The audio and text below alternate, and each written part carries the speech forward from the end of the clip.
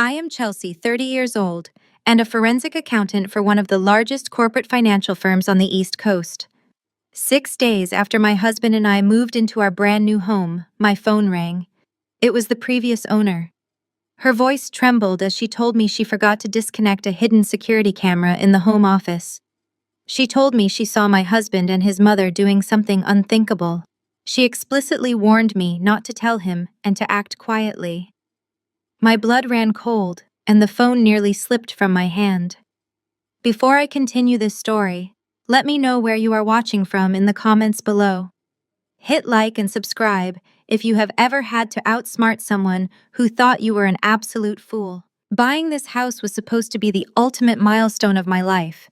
It is a stunning $1.5 million property in a highly sought-after suburban neighborhood.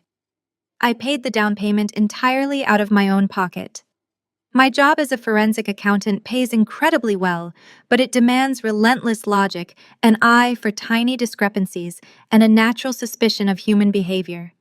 I spend my days tracing offshore accounts, uncovering corporate embezzlement, and proving that numbers never lie, even when people do. My husband David is 32 years old. From the outside, he looks like the ultimate catch. He is handsome, charismatic, and always plays the role of the incredibly supportive partner. When we first met, he swept me off my feet with his charm and grand gestures. But over the last few months, a strange tension had been brewing beneath the surface of our marriage, mostly centered around his mother, Cynthia. Cynthia is the kind of woman who walks into a room and instantly tries to rearrange the furniture to suit her taste. She is obsessed with appearances, dripping in designer brands, and completely unapologetic about her suffocating control over her son. From the moment I signed the closing papers on the house, Cynthia acted as if I had purchased the property specifically for her enjoyment. During our first 5 days in the new house, she was over constantly. She criticized my choice of paint colors, complained about the neighborhood association, and completely ignored any boundaries I tried to establish. Whenever I brought this up to David, he would immediately take her side, claiming she was just trying to help us settle in. The most bizarre part of the move was how obsessed David was with my new home office. I work from home 3 days a week, dealing with highly sensitive financial data. Because of this, I have a heavy-duty fireproof safe where I keep physical copies of crucial documents, my personal investments, and backup hard drives. David insisted on setting up the office himself on day 2. He spent hours in there with the door closed, claiming he wanted to make it a perfect surprise for me. When he finally let me in, it looked fine, but my forensic instincts picked up on a weird, restless energy radiating from him. He kept asking if I was going to leave the safe in the corner or move it into the closet. I brushed it off at the time, chalking it up to the stress of moving. Day 6 started like any normal Thursday. David kissed me goodbye and headed off to his office. Cynthia had dropped by early in the morning, unannounced, claiming she needed to drop off some housewarming gifts. She lingered for an hour, asking prying questions about my work schedule and when I planned to leave the house to run errands. I gave her vague answers, annoyed by her intrusion. After she finally left, I poured myself a second cup of coffee and stood in the middle of my beautiful, quiet living room. The sheer exhaustion of unpacking was catching up to me, but I felt a deep sense of pride. This was my sanctuary. This was the fortress I had built with my own 2 hands. Then my phone rang. The caller ID showed the name Sylvia Thorne. Sylvia was the elegant, sharp-minded older woman who had sold me the house. She had lived there for 30 years, and we had shared a lovely conversation during the final walkthrough. I answered the phone with a warm greeting, assuming she was calling about some forwarded mail or a forgotten warranty manual for one of the kitchen appliances. Instead, her voice was a frantic, terrified whisper. She asked if I was alone in the house. I told her yes, suddenly feeling the hair on the back of my neck stand up. Sylvia took a shaky breath and began to explain. She told me that during her late husband's final months battling illness, she had installed a discreet nanny camera inside the air conditioning vent in the home office. It was a high-end system that linked directly to a private cloud server. In the chaos of packing and mourning leaving her family home, she had completely forgotten to remove it. Sylvia explained that she had opened the security app on her phone that morning with the intention of permanently deleting her account. But when the app loaded, the live feed connected automatically, She told me she saw my husband and his mother in my office. My heart hammered against my ribs. I told her David had already left for work and Cynthia was gone. Sylvia insisted they must have returned, or that she had watched a recorded motion-triggered clip from earlier that morning. Her voice cracked as she told me they were doing something to my safe. She said they had tools spread across my desk and were speaking in hushed, panicked tones. Sylvia then said she saw Cynthia handling my personal items in a way that made her feel physically sick. Sylvia refused to give me the exact details over the phone, fearing someone might overhear. Instead, she said she was texting me the administrative login credentials for the cloud server. She begged me to log in immediately and download the footage before the system auto-deleted the cache. Her final words before hanging up were a stark, chilling warning. She told me not to confront them, not to scream, and to act quietly because the people I thought were my family were dangerous. The line went dead. I stood alone in my massive living room, the silence of the house suddenly feeling oppressive and deeply unsafe. My hands shook as the text message from Sylvia chimed on my screen, displaying a secure link and a complex password. I did not panic. I did not cry. The emotional, trusting wife disappeared in that exact second. The forensic accountant took over. I set my coffee mug on the counter, walked silently up the stairs to my office, and opened my laptop. It was time to follow the evidence. The blue glow of my laptop screen illuminated the dark mahogany desk of my home office. My fingers moved across the keyboard with practiced precision, entering the complex URL Sylvia had texted me. A stark minimalist login page appeared. I typed in the username and the alphanumeric password, my heart hammering a frantic rhythm against my ribs, though my hands remained completely steady. In my line of work as a forensic accountant, emotion is the enemy of evidence. You have to detach. You have to view every piece of data as a neutral artifact. I forced my breathing to slow, boxing up the terrified wife and unleashing the cold, calculating auditor. The cloud server loaded, bringing up a grid of video playback options. I quickly navigated to the file directory labeled with today's date. There were several motion-triggered clips recorded between 8 and 9 this morning.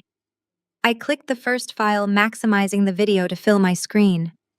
The camera angle was a wide shot from the upper left corner of the room, looking down directly at my desk, and the heavy fireproof safe resting in the corner. The image quality was shockingly sharp, capturing every detail of the room in high definition. The video started silently. The heavy oak door of my office swung open. David walked in. My handsome, supposedly loving husband was not wearing his usual warm smile. His expression was tight-focused and entirely businesslike. Right behind him stepped his mother, Cynthia. She wore a tailored beige suit, holding a leather designer tote bag, looking around my private workspace with a sneer of utter entitlement. I reached for my mouse and turned the audio volume all the way up. The microphone in the hidden camera picked up the sharp click of the office door shutting and the rustle of Cynthia's clothing. "Are you absolutely sure she is gone for the day?" Cynthia asked, her voice echoing clearly through my laptop speakers. "She is at the downtown corporate branch until 5, David replied, his tone dismissive. "I told you she never comes home early on Thursdays. They have their weekly audit review." I watched my husband walk directly to the heavy steel safe in the corner.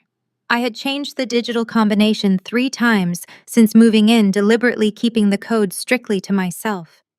I watched, expecting him to struggle or try to guess the numbers. Instead, David reached into his jacket pocket and pulled out a small metallic object. It was a physical override key. My stomach twisted. He must have secretly recorded the serial number on the back of the safe when he insisted on setting up the office for me, then ordered a master replacement key directly from the manufacturer. It was a calculated, premeditated breach of my security. He inserted the key, turned it, and the heavy steel door swung open effortlessly. Cynthia let out a sharp breath of excitement, practically pushing David aside to reach her manicured hands inside. She bypassed my jewelry boxes and pulled out the thick, expandable file folders containing my most sensitive financial documents. She tossed them unceremoniously onto my desk. "Find the closing documents and the property deed," David instructed, pulling a separate crisp manila envelope from his briefcase. Cynthia riffled through my files with hungry, frantic energy. "Here," she said, pulling out the original deed to the house. The house I had spent 7 years saving for the $1.5 million property I had purchased entirely with my own hard-earned money. David opened his manila envelope and spread a stack of legal papers across my desk. Even through the camera lens, my trained eyes immediately recognized the formatting, catching the distinct watermarks of a major national bank. They were standard loan origination forms, specifically a home equity line of credit application. The bank manager approved the final underwriting this morning, David said, pointing to a signature line on the paperwork. They did not even blink at the valuation. The full $500,000 will clear the holding account and wire directly into our offshore LLC by Friday afternoon. And the signatures? Cynthia asked, looking nervously at the paperwork. Are you sure this notary stamp will pass the final review? If the bank calls her to verify the authorization, we are completely ruined. David let out a harsh, arrogant laugh that sent ice through my veins. I paid the notary $10,000 in cash to look the other way. She stamped the authorization forms and verified Chelsea's signature without her ever being in the room.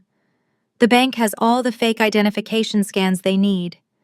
As far as the financial system is concerned, my incredibly successful wife just leveraged $500,000 against her own house. Cynthia smiled, running her hand lovingly over the forged documents. She actually believed you were setting up this office out of love. Cynthia mocked, her voice dripping with venom. She thinks she is so brilliant working her high-level corporate job, yet she is completely blind to what happens under her own roof. This $500,000 will finally get the loan sharks off your back, David. It will buy us the time we need. It does more than buy time, David replied, carefully packing the forged loan documents and my original deed back into his briefcase. It secures the narrative. She owns the house, but she carries the debt. If she ever tries to leave, or if she figures out the money is gone, she is the one legally on the hook for a $500,000 federal bank loan. We have her completely trapped. I sat frozen in my chair, the audio washing over me like toxic waste. They had not just invaded my privacy, they had committed federal wire fraud, identity theft, and grand larceny, leveraging my pristine credit score to steal $500,000. They had used my home as an ATM to pay off underground debts I knew absolutely nothing about. The magnitude of the betrayal was staggering. The man I slept next to, the man who kissed me goodbye just hours ago, had orchestrated a massive financial crime against me with the help of his mother. I did not scream. I did not throw my coffee mug against the wall. The tears that had briefly threatened my eyes completely evaporated, replaced by a terrifying, razor-sharp clarity. As a forensic accountant, I knew exactly what a forged bank document meant. I knew the exact federal statutes they had violated, down to the specific subsections of the law. I knew the mandatory minimum prison sentences for wire fraud across state lines. I clicked the download button on the cloud server, saving the high-definition video directly to my encrypted local hard drive. I immediately created 2 backup copies, sending one to an untraceable external server. I had the confession. I had the visual proof of the stolen documents, capturing their faces in undeniable clarity. But the video was not over. David backed away from the desk, but Cynthia lingered in the room, her eyes darting toward the small cabinet where I kept my personal health items. I leaned closer to the screen, my grip tightening on the edge of the desk, unaware that the financial devastation I had just witnessed was only the beginning of their monstrous plan. The footage continued to play on my laptop screen, the digital timestamp ticking forward in the top right corner. David had already secured his manila envelope containing the forged loan documents and turned toward the office door, his mind clearly racing ahead to his next fraudulent move. He pulled the heavy oak door open and stepped out into the hallway, leaving his mother alone in my private workspace. Cynthia did not follow him immediately. Instead, she turned her attention away from my desk and focused her predatory gaze on the small, decorative wooden cabinet resting against the far wall. It was a vintage apothecary chest I had restored myself, specifically used to store my daily vitamins and prescription medications away from the humidity of the master bathroom. I watched the screen with a rising sense of nausea as she crossed the room with deliberate, measured steps. Cynthia pulled open the top drawer of the cabinet, her hands moving with an eerie familiarity that suggested she had snooped through my belongings many times before. She reached past the bottles of vitamin C, her manicured fingers closing directly around my discreet circular birth control compact. My breath hitched in my throat. The financial betrayal I had just witnessed was a bloodless crime, a manipulation of numbers and signatures on paper. This was an invasion of a completely different magnitude. This was an assault on my physical body. She placed the compact on the smooth surface of the cabinet and reached deep into her oversized designer tote bag. She pulled out two items that made the blood freeze in my veins. The first was a small, heavy metal pill crusher. The second was an unlabeled orange prescription bottle filled with large, chalky white tablets. The audio feed from the hidden camera picked up the sharp, rhythmic grinding sound of metal pressing against metal. Cynthia had unscrewed the top of the pill crusher, dropped two of the large white tablets inside, and began twisting the cap down with aggressive force. I leaned closer to the monitor, my forensic training kicking into overdrive, desperately trying to analyze the situation. She was not just destroying pills, she was preparing a substitution. Once the tablets were reduced to a fine powder, she opened my birth control compact. With horrifying precision, she used a pair of tweezers to carefully pry open the clear plastic backing of the daily blister pack. She emptied the tiny active contraceptive pills into her palm and dropped them carelessly into her coat pocket. Then she pulled out a small packet of empty dissolvable gel capsules. Using a tiny plastic funnel, she meticulously packed the crushed white powder into the clear capsules, sealing them tightly before wedging them back into the empty slots of my blister pack. The audio feed crackled as she muttered to herself, her voice a toxic hiss of justification. She complained aloud that I was too focused on my career, too obsessed with building my financial independence, and that a baby was the only way to permanently anchor me to David. She whispered that once I was pregnant and vulnerable, I would never think to check the equity on the house, and I would be too tired to fight them. I would be trapped legally bound to their family and financially ruined by their theft, forced to rely on her son for the rest of my life. The tablets she was crushing were high-dose black market fertility drugs designed to hyperstimulate ovulation and force a pregnancy. She was actively attempting to sabotage my reproductive system completely, disregarding the severe medical risks this cocktail of crushed chemicals could cause. She snapped the plastic backing of the blister pack closed, applying a tiny drop of clear craft glue to seal the edges, making the tampering completely invisible to the naked eye. She wiped down the surface of the cabinet with a tissue, ensuring no trace of the white powder remained. She slid my compromised medication back into the top drawer, closing it with a soft thud. My hands gripped the edge of my desk so tightly my knuckles turned white. Stealing my money was a crime of greed, but attempting to force a child into my body to use as leverage for a bank fraud scheme was the act of a sociopath. I sat in my chair, physically paralyzed by the profound violation, my mind cataloging the felony assault charges she was gleefully committing on high-definition video. She gathered her pill crusher and the orange bottle, shoving them deep into the bottom of her expensive leather tote bag. She zipped it shut, looking immensely satisfied with her grotesque handiwork. Cynthia finally turned to leave the office, her heels clicking softly against the hardwood floor. But just as she reached the door, she paused. She noticed the ceramic coffee mug resting on the small side table near the entryway. It was my favorite mug, filled with the remnants of the hazelnut blend I drank every morning while reviewing my initial emails. A cruel, malicious smirk twisted her features. She looked at the door to ensure David was nowhere in sight. Then she cleared her throat, leaned directly over the ceramic rim, and gathered a thick mouthful of saliva. With a sickening lack of hesitation, she spat directly into my morning coffee. She set the mug back down on the table, her expression shifting into a mask of pure, undisguised contempt. She did not wipe her mouth. She simply turned the handle of the oak door and walked out into the hallway, pulling the door shut behind her with a definitive click. The live feed on my screen went still, the room returning to its empty state. I tore my eyes away from the playback and looked to my right. There, resting on the side table, was my current coffee mug. The one I had been sipping from all morning. The one I brought upstairs after she supposedly left. A violent wave of nausea suddenly hit me. I quickly sprinted toward the master bathroom. I collapsed right in front of the sink, my stomach heaving. The sheer physical revulsion was overwhelming. When the nausea subsided, I stared at my reflection. The Chelsea who had woken up this morning was dead. She had been financially gutted and biologically targeted by monsters. I returned to the office, grabbed the contaminated mug, and bleached it downstairs. I returned to my laptop, my forensic mind locking into place. They thought they had trapped me. They had no idea they just handed a loaded gun to a master of evidence. The rest of the afternoon passed in a blur of hyper-focused activity. I did not shed a single tear.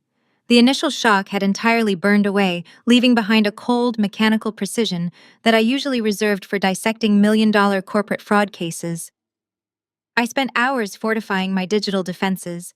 I backed up the horrifying hidden camera footage onto 3 separate encrypted solid-state drives. I hid one inside the lining of my winter coat, locked another inside a hollowed-out book on the highest shelf of the living room, and uploaded the final copy to an anonymous offshore server that even the best hackers would struggle to trace. My home was no longer a sanctuary. It was a crime scene, and I was the lead investigator. I scrubbed my browser history, cleared the cloud server access logs, and carefully placed the restored apothecary cabinet exactly as Cynthia had left it. I even went downstairs and thoroughly washed out the kitchen sink with bleach, erasing any trace of the morning's physical sickness. By the time the grandfather clock in the hallway chimed 6 times, the house looked immaculate. I looked immaculate. I had touched up my makeup, smoothed my hair, and put on a fresh blouse. I was ready to play my part. The familiar hum of David's luxury sedan pulling into the driveway broke the silence. My heart gave a singular heavy thud, but I forced my breathing to remain slow and steady.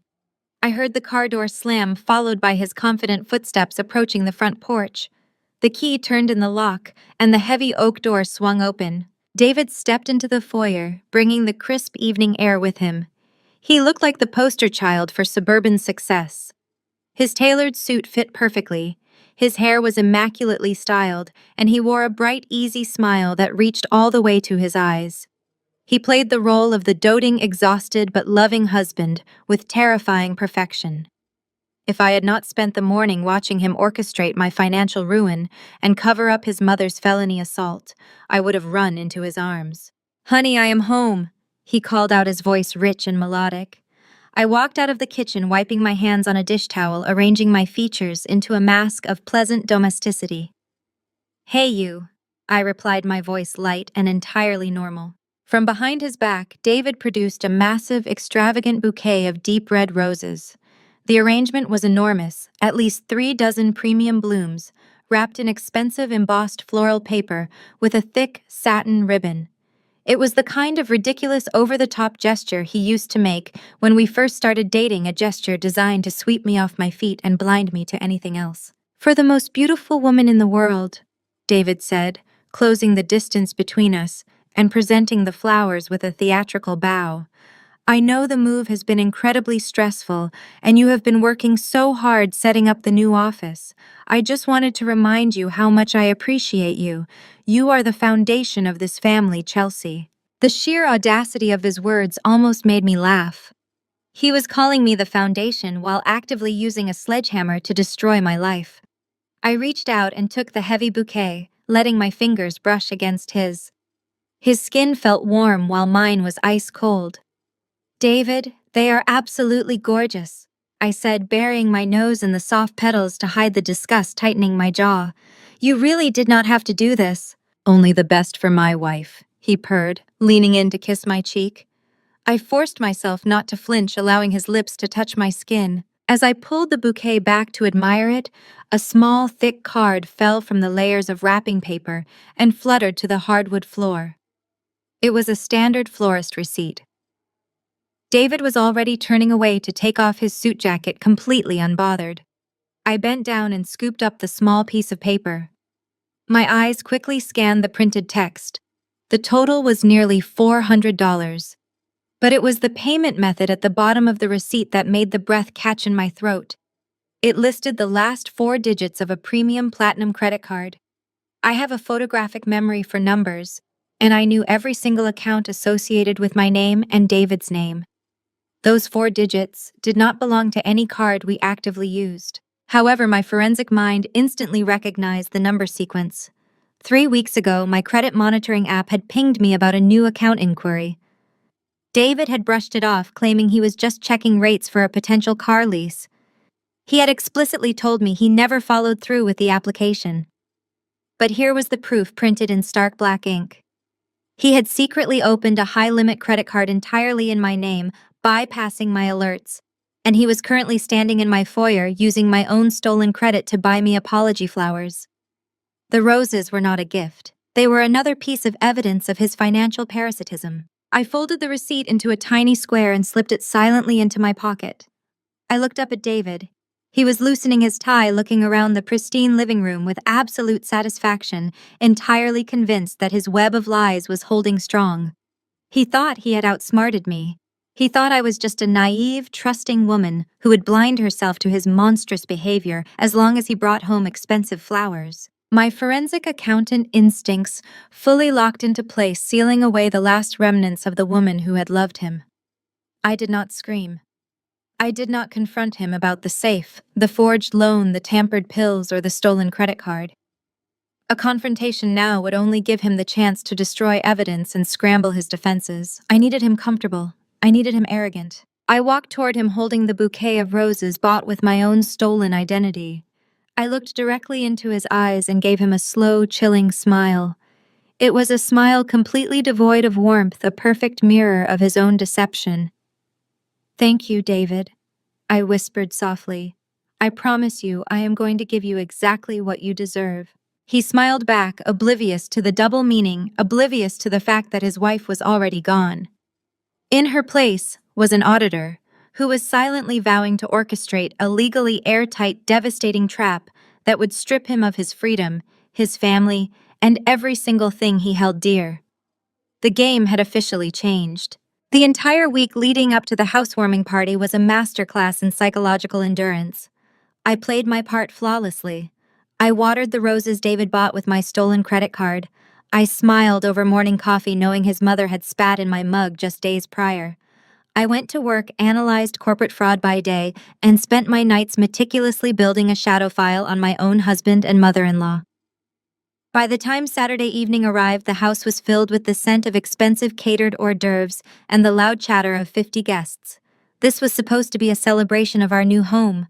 Instead, it felt like an absolute invasion. I floated through the crowded living room holding a tray of champagne flutes, wearing a tailored navy dress and a perfectly practiced smile. I greeted David's friends, my colleagues, and the new neighbors with the grace of a woman who had absolutely nothing to hide. David, meanwhile, was holding court near the fireplace. He had a glass of scotch in one hand, laughing loudly, playing the role of the grand provider who had just bought his wife her dream castle. The sheer arrogance radiating from him was palpable, but I simply offered him a warm nod from across the room. The real test of my composure came an hour into the party. I had stepped away from the main gathering to check on the dessert arrangement in the formal dining room. As I turned the corner into the grand hallway when I designed this house, I had commissioned 3 large contemporary abstract canvases from a prominent local artist. They cost me nearly $10,000, and right now they were completely gone. In their place hung 4 incredibly tacky, gaudy, gold-painted frames. Inside these cheap frames were heavily filtered, awkwardly posed family portraits. There was a massive photo of Cynthia wearing a fur coat, looking haughty and regal. Next to it was a picture of David and his sister Monica from a vacation I was never invited on. The largest portrait in the center featured Cynthia and David standing together, looking like they were the actual couple who owned the house. My expensive abstract paintings were nowhere to be seen. I stood staring at the hideous gallery wall, a cold wave of realization washing over me. Cynthia had not just rearranged my decor. She had physically removed my property and marked her territory in the middle of my home during a party filled with my peers. It was a blatant, malicious display of pure dominance. Before I could even process the sheer audacity of the theft, I heard the sharp click of Cynthia's heels behind me. I turned around to find my mother-in-law standing there, wearing a sequined emerald dress that was wildly inappropriate for a casual housewarming. She was waiting for me to snap. She wanted a reaction. She wanted me to scream and cause a scene in front of the affluent guests, filtering through the adjacent rooms so she could paint me as the unstable, ungrateful wife. I took a slow, steady, deep breath, burying my genuine fury under a thick, impenetrable layer of ice. The forensic accountant took over my entire physiology. I forced my mouth into a completely pleasant, unbothered smile. "Oh, Cynthia," I said, making sure my voice sounded light, bright, and breezy. I was just admiring the new visual additions to the hallway. "You certainly have a very distinct eye for interior decor." Cynthia looked momentarily thrown off guard by my calm demeanor, but her arrogance quickly recovered. She took a sip of her wine and gestured broadly to the gold frames. "Well, Chelsea, someone had to do it," she replied, her tone dripping with intense condescension. "Those paintings you had up were terribly cold. They looked like they belonged in a sterile corporate lobby, not a home. A house this grand needs warmth. It needs family history. I wanted our guests to walk in and immediately feel the strong familial bond we share. I knew you would not mind me fixing your little design mistake." Fixing my mistake? She had thrown out $10,000 worth of custom art to hang cheap glamour shots of herself. I kept my smile absolutely frozen in place. "Where exactly did you decide to put my custom canvases?" I asked, keeping my tone perfectly casual and conversational. "Oh, I had David move them down to the unfinished basement," Cynthia said with a dismissive wave of her hand. "They are stacked behind the water heater. They were just taking up valuable real estate upstairs. You really should thank me, Chelsea. I am showing you how to be a proper matriarch." I felt a sharp, dangerous spike of adrenaline hitting my system, but I swallowed the burning anger down like bitter medicine. I simply nodded my head in agreement. "Thank you for taking such an incredibly active interest in my home, Cynthia. I will be sure to remember this exact moment." Right on cue, David walked up and wrapped his arm around his mother's waist. He looked at the hideous gallery wall and beamed. "Looks amazing, right, honey?" David asked, completely ignoring the fact that his mother had trashed my belongings. "Mom really knows how to make a place feel lived in. I am so glad she brought these over. It makes the house finally feel like ours." Ours? He clearly meant his and hers, not mine. I looked at the two of them standing there in the hallway, practically glowing with sick, twisted, smug satisfaction. They honestly believed they had broken my spirit. They thought my compliance meant I was weak, submissive, and utterly under their control.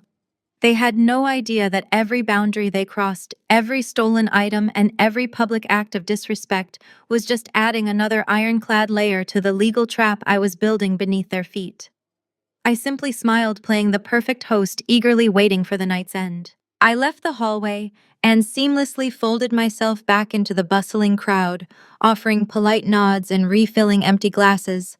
The caterers I had meticulously hired were circulating with silver trays of endive and goat cheese tartlets, masking the sour taste in my mouth. As I moved toward the open-concept kitchen, the loud, grating laugh of my sister-in-law pierced through the ambient jazz music floating from the ceiling speakers. Monica had arrived. She stood beside the massive marble island, holding a martini glass, already acting as her mother's loyal lieutenant. Monica shared David's striking features, but possessed a distinct sharp bitterness that colored every single interaction she had. I approached the gathering, which consisted of several influential neighbors, a local bank executive, and a few senior partners from David's supposedly thriving consulting firm. Cynthia had strategically positioned herself at the very center of the group, her sequined emerald dress catching the pendant lights. I slipped into the circle just as Cynthia placed a manicured hand on David's shoulder, projecting her voice to ensure a wide audience. "We are just so incredibly proud of my son," Cynthia announced, her gaze sweeping over the affluent guests. "Securing a property like this in such an exclusive zip code is a testament to his absolute brilliance. He has always been a visionary provider." A chorus of approving murmurs rippled through the guests. A senior partner named Harrison raised his scotch glass in a silent toast to my husband. I stood at the edge of the circle, my smile unwavering. I had paid the entire down payment on this house with a wire transfer from my sole proprietorship account. David had contributed absolutely nothing but his signature on the deed, and even that was a concession I had made to placate his fragile ego. Monica seized the opportunity to chime in, her eyes darting toward me with a familiar predatory gleam. "It is completely true," Monica purred, taking a dramatic sip of her martini. David has the real entrepreneurial spirit in this family. It takes a certain kind of aggressive genius to build an empire and provide a lifestyle like this. Not everyone is cut out for the heavy lifting. She turned her gaze directly onto me, feigning an expression of innocent curiosity. No offense to you, of course, Chelsea. We know you work very hard at your little accounting job. Cynthia let out a high melodic laugh that sounded like breaking glass. Oh, Chelsea's job is perfectly fine for what it is, Cynthia added, patting my arm patronizingly. The world needs people to sit in cubicles and crunch numbers. It is just so safe and predictable. Spreadsheets and calculators. I honestly do not know how you avoid dying of boredom staring at a screen all day while David is out closing massive deals and making things happen. I felt the eyes of the guests shift toward me, assessing, judging, waiting for a response. They were looking at me not as the homeowner, not as the forensic auditor who untangled multi-million-dollar corporate fraud syndicates for federal agencies, but as the drab, unimaginative wife riding on the coattails of a highly successful man. I kept my posture completely relaxed, maintaining eye contact with my mother-in-law. I find a lot of fascinating hidden details in those numbers, Cynthia. I replied, my voice smooth and perfectly modulated. You would be entirely shocked at the stories a simple balance sheet can tell if you know exactly where to look. The double meaning soared completely over their heads. David chuckled, stepping forward to command the center of attention. He wrapped his arm around my waist, pulling me into a tight, restrictive side hug. His expensive cologne suddenly smelled suffocating, but I did not pull away. My wife is brilliant at arithmetic, David boomed, playing to the crowd. But let us just say her talents strictly end at the office door. It is a very good thing my investments paid off so we could afford top-tier caterers tonight. If I left Chelsea in charge of the kitchen, we would be serving you all burnt toast and raw chicken. She lacks basic domestic skills. She cannot even boil water without trying to build a cost analysis spreadsheet first. The circle of guests erupted into loud, genuine laughter. Harrison slapped his knee and Monica nearly spilled her martini, giggling at my expense. I stood trapped under the heavy weight of my husband's arm, enduring the public degradation as a group of wealthy strangers openly mocked my domestic ineptitude. They were laughing at a woman whose husband had just secretly leveraged $500,000 against her home to pay off underground loan sharks. They were cheering for a man who had forged my signature, corrupted a notary, and actively participated in a plot to force a pregnancy upon me by tampering with my daily medication. I let the laughter wash over me. I did not defend my culinary skills. I did not correct their brazen lies about who actually purchased the property. I simply stood there and played the role of the docile, slightly embarrassed wife, taking a gentle ribbing from her powerful husband.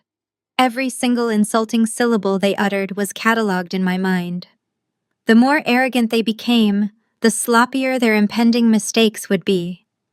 They were actively building a public narrative of David as the sole financial powerhouse of our marriage, a narrative that would become their absolute undoing when federal investigators started looking at the paper trail of the wire fraud. Cynthia leaned in closer to the bank executive, lowering her voice to a theatrical whisper that was clearly meant to be overheard by everyone present. David spoils her, really. He gives her this beautiful life so she can play at having a career without any of the real stress. It is an absolute fairy tale. A fairy tale indeed. I agreed softly, stepping out from under David's arm under the guise of collecting an empty crystal plate from a nearby console table. I excused myself from the circle with a polite nod, leaving them to their echo chamber of self-congratulation and deceit. I walked toward the kitchen, my mind operating with chilling clarity. They had taken my money, invaded my body, destroyed my art, and now they were actively attempting to strip away my professional dignity in front of my peers. They wanted me small, dependent, and humiliated. They wanted a helpless victim, but they had tragically miscalculated. I was not a victim. I was the architect of their impending destruction.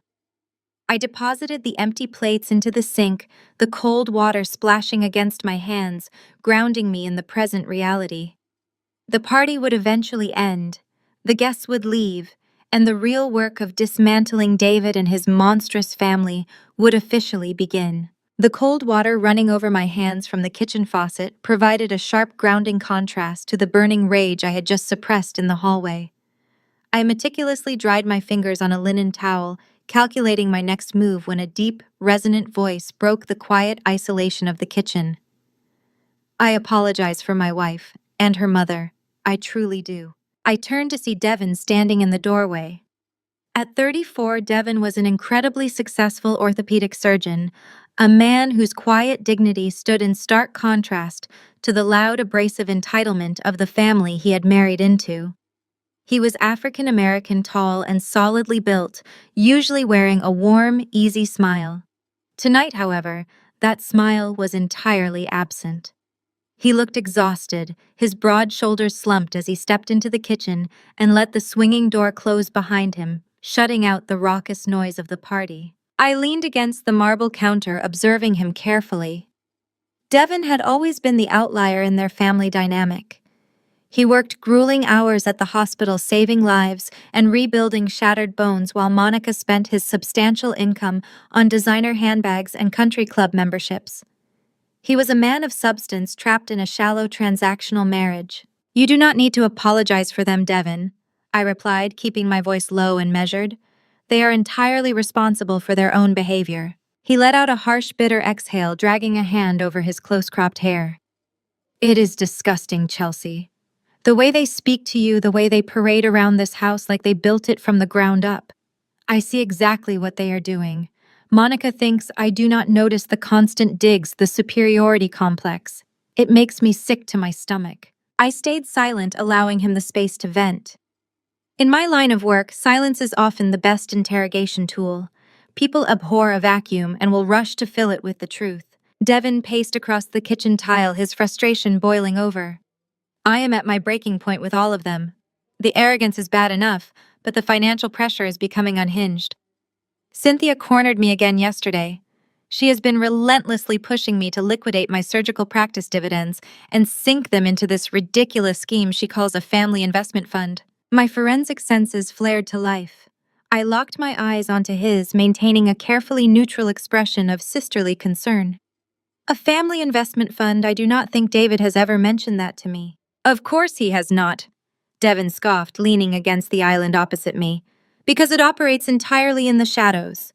Cynthia claims she has access to offshore tech portfolios yielding impossible returns.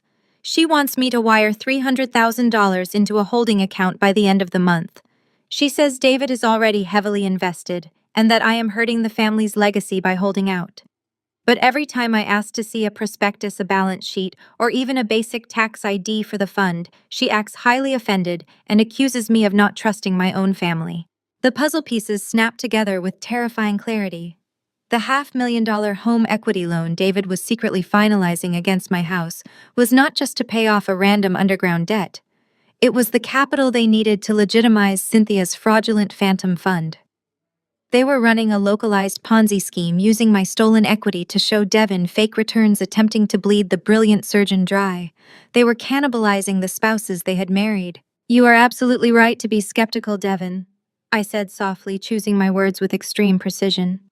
"As an accountant, I can tell you that any legitimate investment strategy thrives on complete transparency. If they cannot produce the basic paperwork, do not give them a single dime. Protect your assets." Devin looked at me, a profound sense of relief washing over his features.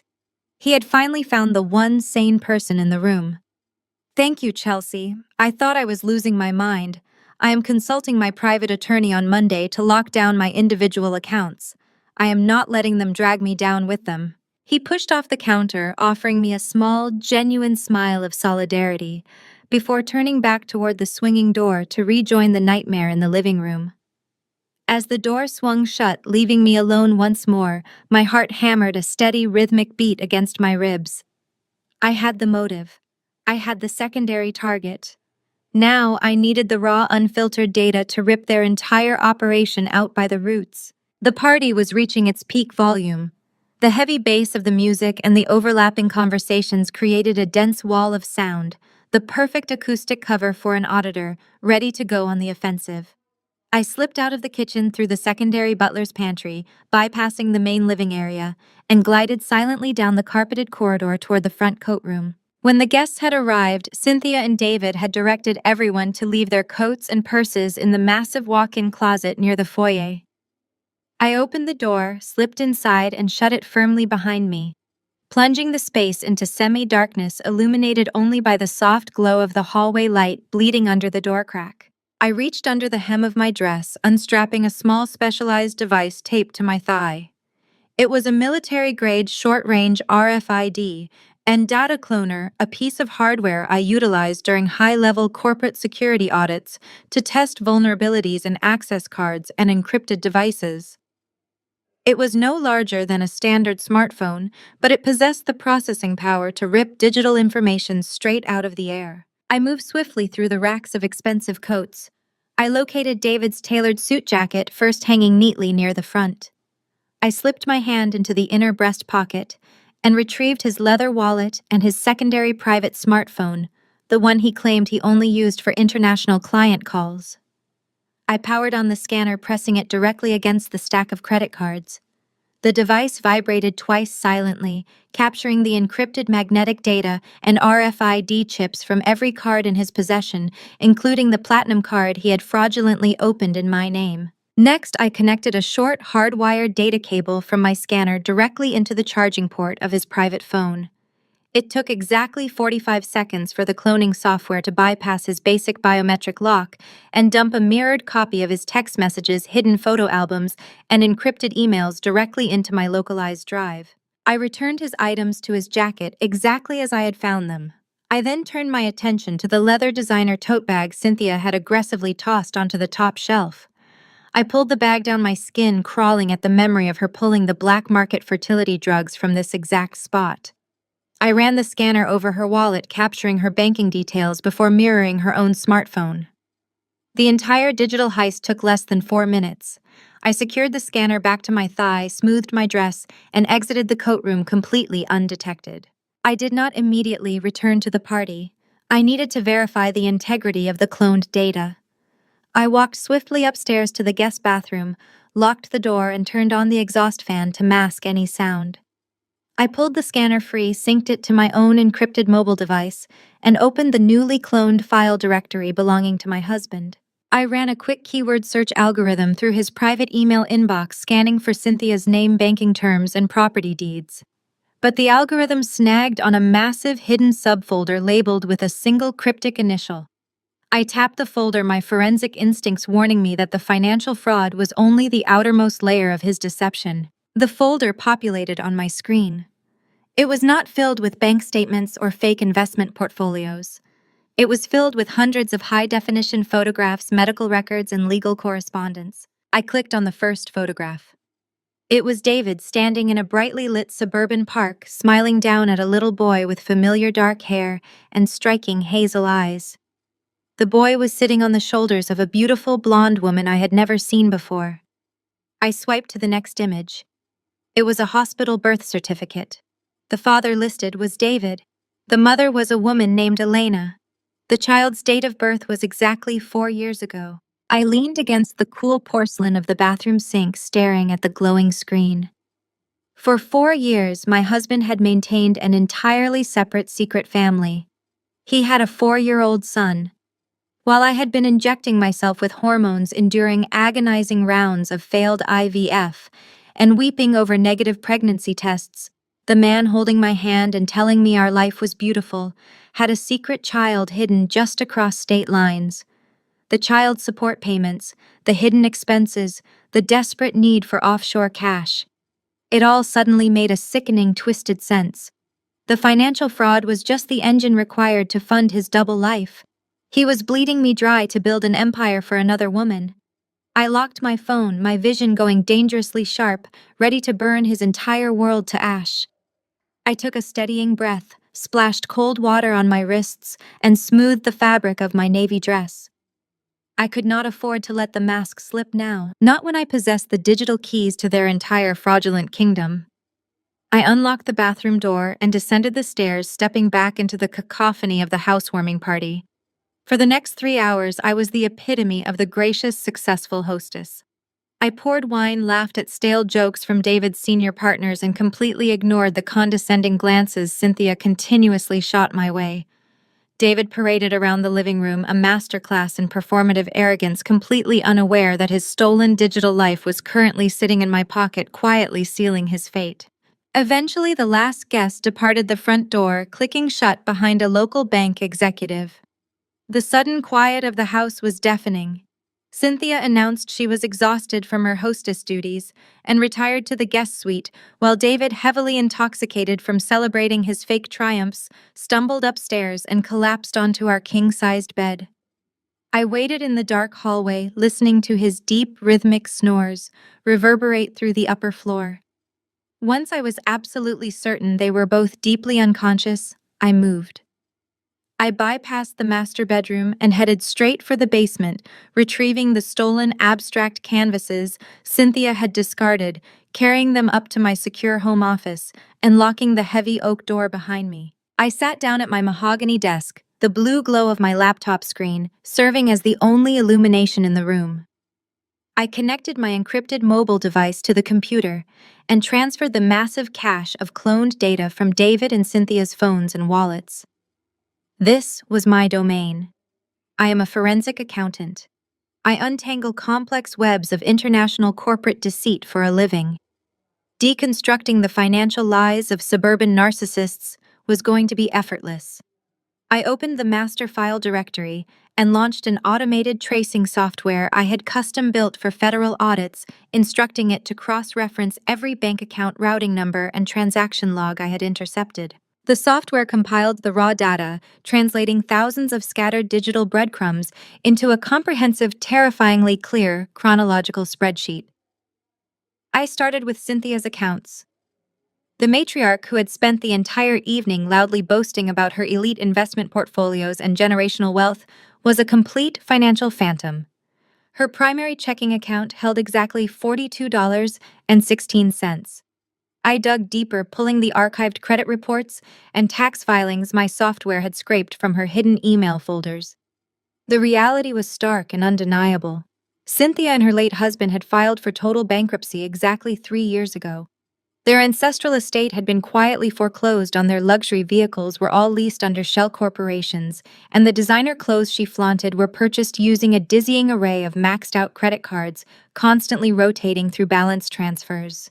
The entire family was completely destitute, projecting an opulent mirage built entirely on a foundation of crushing, unsustainable debt. My attention shifted to David's synchronized ledgers. I needed to understand exactly where my $500,000 was going.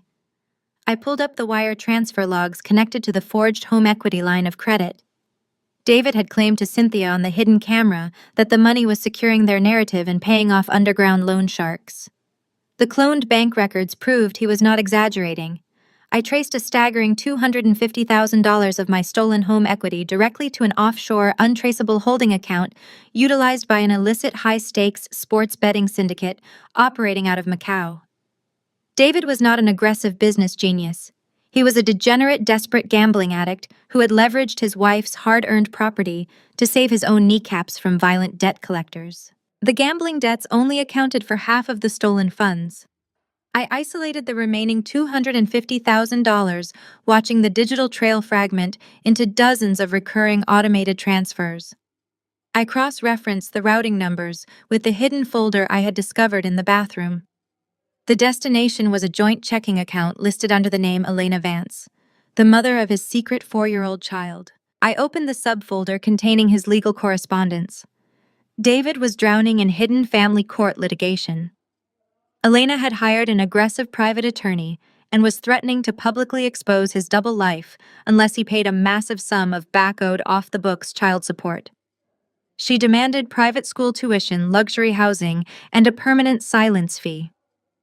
The forged loan on my house was the desperate final play to keep his secret family entirely hidden from me while simultaneously maintaining the illusion of his high society success. He had effectively stolen $500,000 from me to pay off his bookies and fund his illegitimate child, all while sleeping next to me and mocking my career. The sheer magnitude of the parasitism was breathtaking, but the financial autopsy was not over. I remembered my kitchen conversation with Devin, the exhausted orthopedic surgeon, who was married to David's bitter sister, Monica. Devin had mentioned Cynthia aggressively pressuring him to sink hundreds of thousands of dollars into a shadowy family investment fund. I applied a targeted search filter to Cynthia's cloned text messages and encrypted chat logs specifically searching for Devin's name and the term investment. A long chain of communications between David, Cynthia, and Monica materialized on my screen. It was a coordinated, malicious, predatory strike. They were actively gaslighting Devin. The text detailed their exact strategy to isolate him, attack his financial confidence, and coerce him into wiring his surgical practice dividends into a limited liability company controlled entirely by David. The high-yield offshore tech portfolio Cynthia kept bragging about did not exist.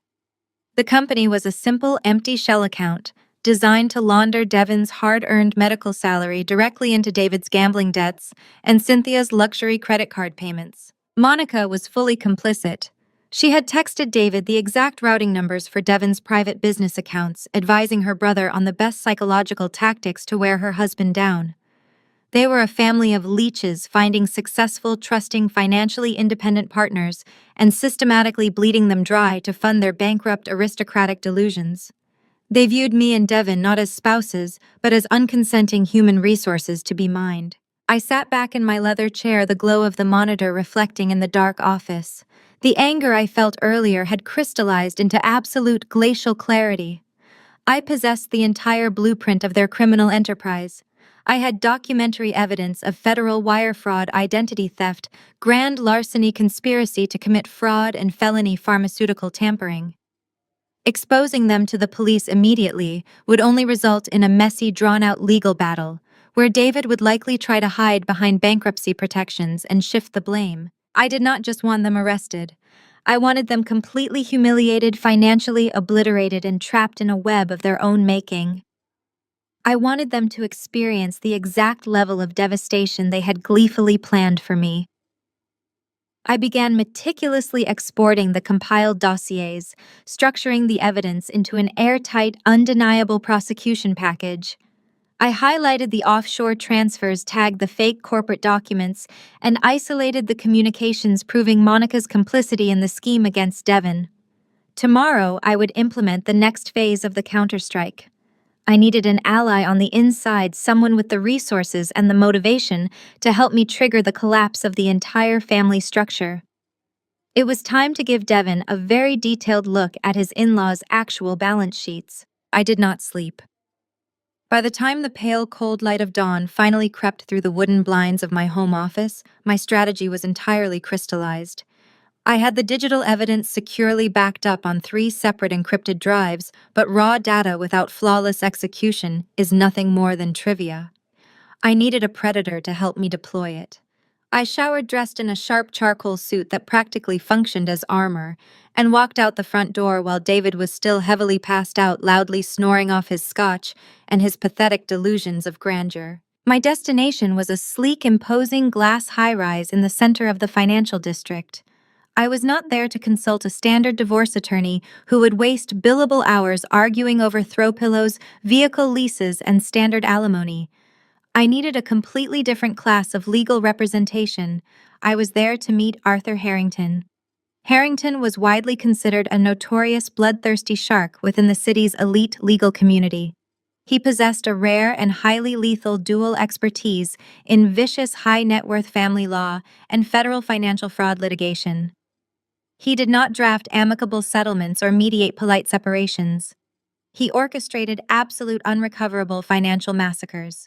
I was shown into his sprawling corner office, taking a seat in a rigid leather chair across from his massive, polished mahogany desk.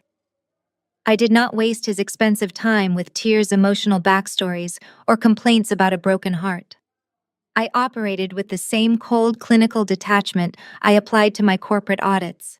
I simply slid a secure flash drive across the table alongside a thick physical dossier. It contained the printed cross-reference logs of David's offshore wire transfers, Cynthia's complete bankruptcy filings, the digitally forged home equity loan documents, and the extortion emails from Elena Vance demanding off-the-books child support for David's secret son. Harrington reviewed the documents in absolute unbroken silence for nearly 20 minutes. He scrutinized the transaction histories and analyzed the digital footprints I had mapped out. When he finally looked up from the paperwork, his predatory smile perfectly matched my own cold calculations. He recognized exactly what I had brought into his office. This was not a standard domestic dispute over hidden assets. It was a perfectly gift-wrapped, irrefutable federal racketeering and wire fraud case. We spent the next 3 hours designing a ruthless counteroffensive that Harrington affectionately referred to as a bait operation. Our immediate and primary priority was absolute asset protection.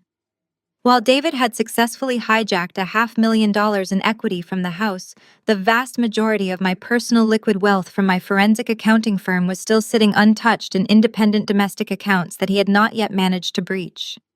We needed to make sure he never could.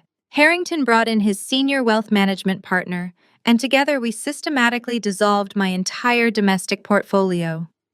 Within an hour, every single dollar of my legitimate, hard-earned capital was routed through a complex web of airtight legal loopholes and locked securely into an impenetrable offshore blind trust located in the Cayman Islands. It was an absolute financial fortress. If David, Cynthia, or their aggressive creditors tried to dig for my actual wealth, when their house of cards inevitably collapsed, they would find absolutely nothing but dead ends, empty accounts, and legally sealed vaults. I was officially a ghost on paper, entirely untouchable by their impending bankruptcy. With my real assets completely shielded, the second phase of the operation was the offensive strike. We needed to let David willingly hang himself with his own rope.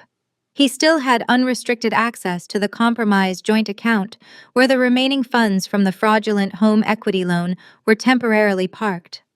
My initial instinct had been to freeze the account immediately, but Harrington advised strongly against it. Freezing the assets would instantly tip David off that I knew about the theft, allowing him time to destroy physical evidence, manufacture an alibi, or attempt to flee the jurisdiction. Instead of closing the door, we left it wide open, but we expertly rigged the threshold. Harrington collaborated with specialized contacts in federal cybersecurity to embed a dormant, highly advanced tracking code directly into the routing architecture of that specific compromised bank account. We turned the digital ledger into a hidden tripwire. The mechanics of the trap were beautifully, devastatingly simple. The very next time David attempted to log in and initiate an outbound wire transfer to pay his violent loan sharks, fund his secret child, or funnel money to his mother's fake investment scheme, the tracking code would instantly execute. It would intercept the outbound transaction data, bypass standard banking delays, and immediately trigger a high-priority wire fraud alert directly to the FBI's Financial Crimes Division. The system would automatically flag the transfer as an active felony in progress, generating a real-time federal warrant for his arrest, based on the forged documents we had already uploaded to the database. He would not just be moving stolen money, he would be actively transmitting his own digital confession straight to a federal server. With the legal and financial snares perfectly set and armed, Harrington shook my hand, his eyes gleaming with professional anticipation. The bait operation was officially active and ready to detonate. I just needed to push my husband into a position where he felt desperate enough to move the rest of the stolen cash immediately. I needed to apply a crushing amount of pressure to his fragile, fabricated empire to force his hand. I left the glass high-rise feeling completely invincible, my armor securely in place. My next stop was not home. I needed to arrange a private off-the-books meeting with Devin to show him exactly who he had married into. I sent a highly encrypted, untraceable message to Devin, arranging a discreet meeting for the following afternoon at a private coffee shop, completely disconnected from his hospital or our neighborhood. With my allies summoned and the federal trap perfectly armed in cyberspace, I steered my car back toward the upscale property I had funded. I needed to maintain the illusion of absolute compliance. I expected to return to a quiet house, perhaps finding David nursing his inevitable hangover and Cynthia lounging on the patio. Instead, the moment I pushed open the heavy mahogany front doors, I walked into an active occupation. The grand foyer was entirely cluttered with dozens of large reinforced moving boxes and vintage leather steamer trunks. A chaotic symphony of scraping wood and loud commanding voices echoed from the south wing of the house. I walked briskly toward the commotion, turning the corner into the expansive ground floor master suite. I had specifically designed this bright sunlit room with private French doors opening directly to the garden, intending to use it as a future nursery or a secondary design studio. Right now, it was being systematically destroyed. Two burly, heavily tattooed movers were aggressively dragging a massive antique oak armoire across the pristine, hand-scraped hardwood floors. They were not using protective sliders. With every brutal shove, the heavy wooden legs gouged deep, irreversible scratches straight through the expensive custom finish I had painstakingly selected. Cynthia stood in the very center of the room wearing a silk dressing gown, pointing an authoritative finger and barking orders at the men like a feudal lord directing her subjects. I stepped into the doorway, my forensic calm instantly acting as an iron shield against the massive, dangerous spike of adrenaline hitting my bloodstream. I loudly ordered the movers to drop the furniture and step away from the hardwood. Cynthia snapped her head toward me, her performative, sickly sweet smile instantly materializing. She waved the movers off, telling them to take a quick break outside before turning her full predatory attention in my direction. She smoothed the lapels of her silk robe and sighed heavily, adopting the posture of a tragic, long-suffering martyr. She announced that she was permanently relocating into the ground floor master suite.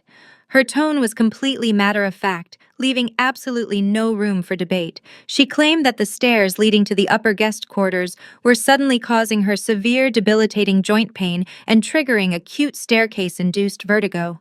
It was a spectacular brazen lie.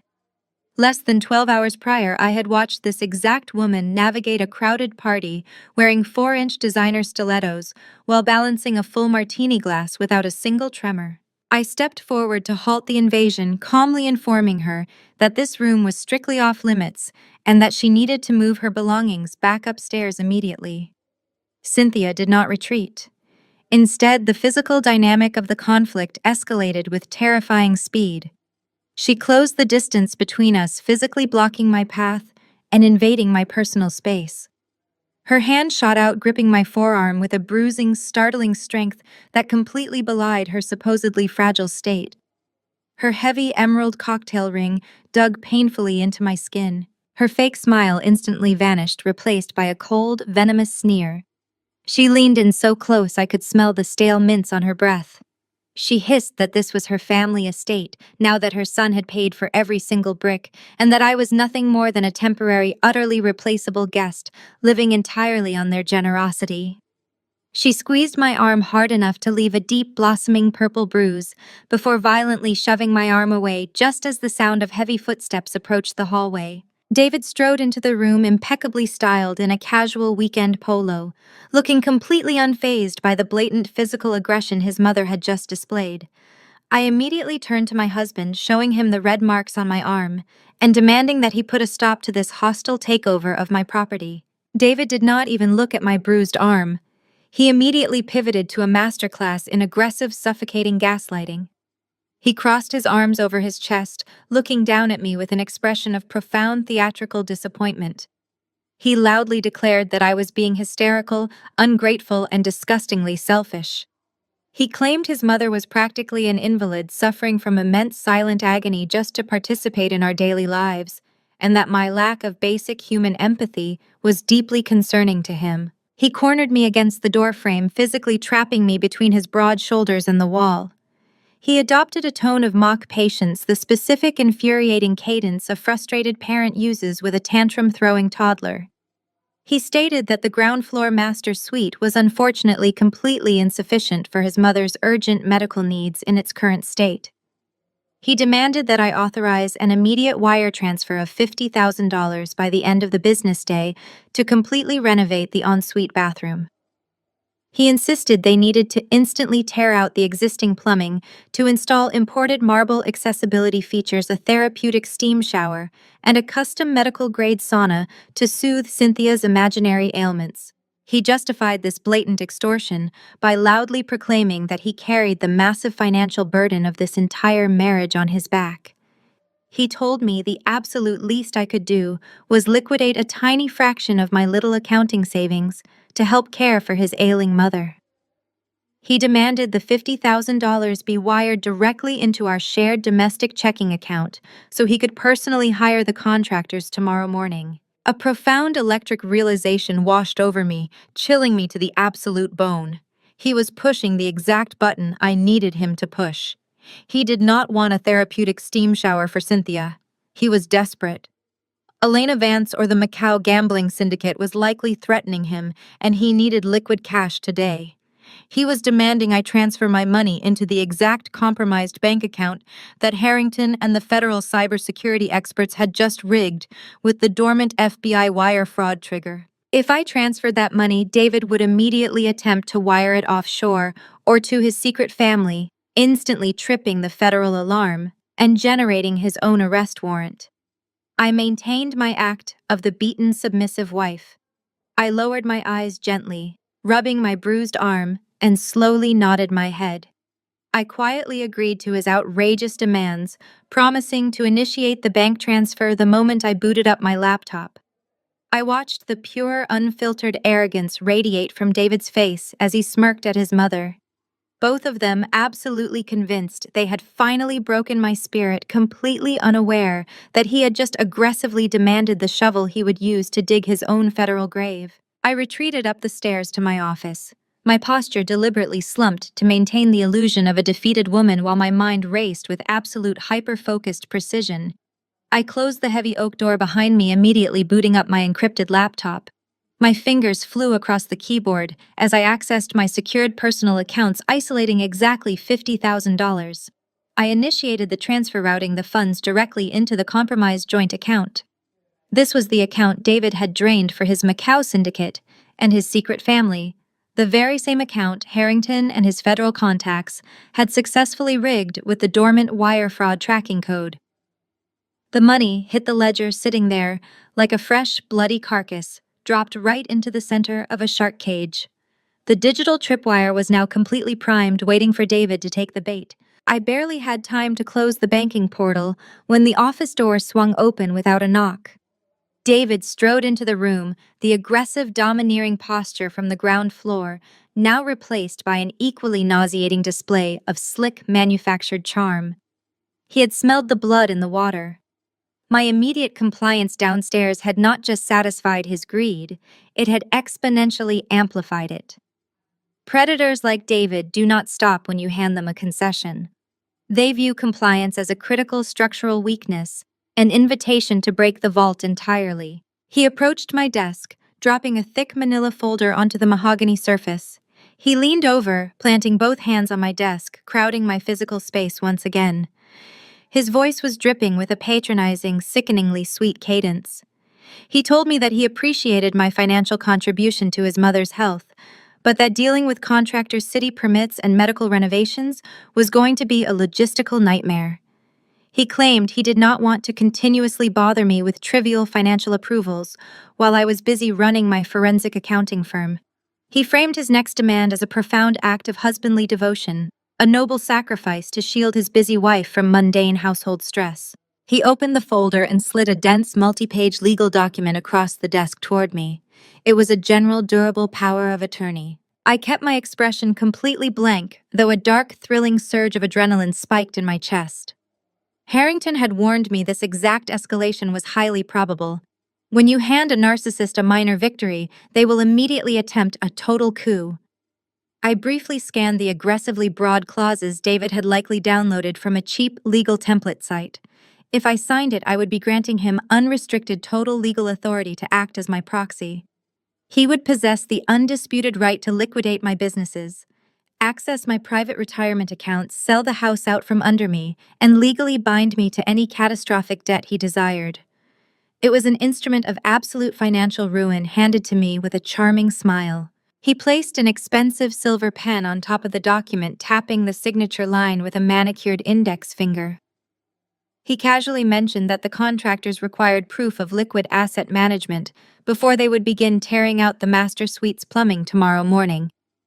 He was demanding the keys to my entire kingdom, confident that his earlier physical intimidation downstairs had completely broken my resolve. He did not know that Arthur Harrington and I had spent 3 hours that morning specifically preparing for this exact arrogant overreach. Hidden discreetly beneath a stack of preliminary audit reports on the corner of my desk was a different document. It was a masterpiece of lethal legal engineering drafted by Harrington himself. It was formatted on the exact same standard legal paper, utilizing identical margins, typography, and boilerplate introductory clauses as a generic proxy form. However, the core clauses of Harrington's document were devastatingly different. It was a specialized, irrevocable banking authorization. It explicitly dismantled every single privacy protection on our joint accounts, legally, granting the bank's internal fraud division and federal regulatory agencies the absolute uncontested green light to monitor, freeze, and report any suspicious offshore transactions directly to law enforcement. It waived all requirements for a subpoena legally authorizing the bank to hand David over to the federal authorities the exact second he attempted to wire the stolen funds. I needed a 3-second window to make the swap. I looked up at David, forcing a slight pathetic tremor into my hands. I widened my eyes, projecting the image of an exhausted, emotionally battered woman on the verge of a breakdown.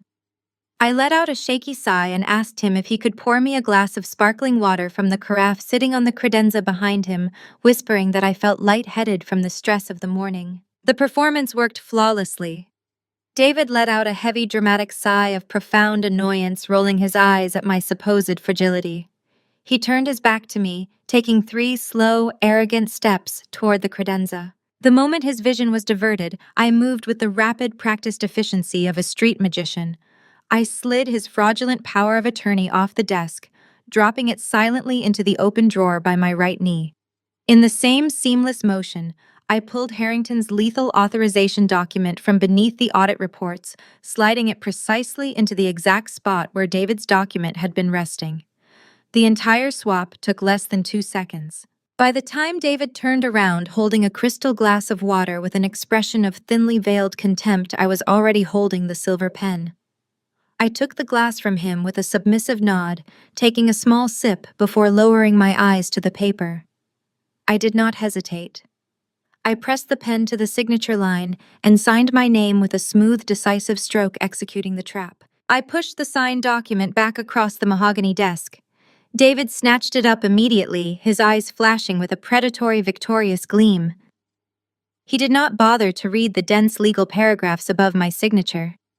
He simply saw my name in ink, entirely convinced he had just successfully bullied me into handing over my entire financial autonomy. He folded the document, sliding it into the interior pocket of his tailored suit jacket.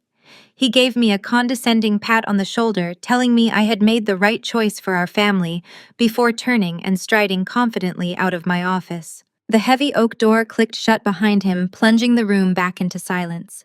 I sat back in my leather chair, letting the pathetic, defeated facade instantly melt away. A slow, genuine smile spread across my face.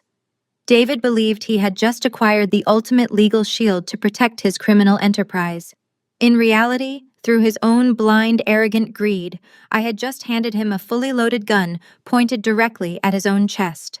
The $50,000 was sitting in the rigged account, and he now possessed the legal authorization that explicitly gave the federal government the right to destroy him the second he touched it.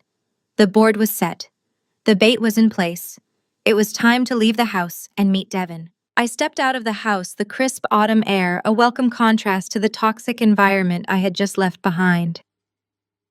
My meeting with Devin took place at a small, independent coffee roaster across town, far from the affluent suburban bubble we all inhabited.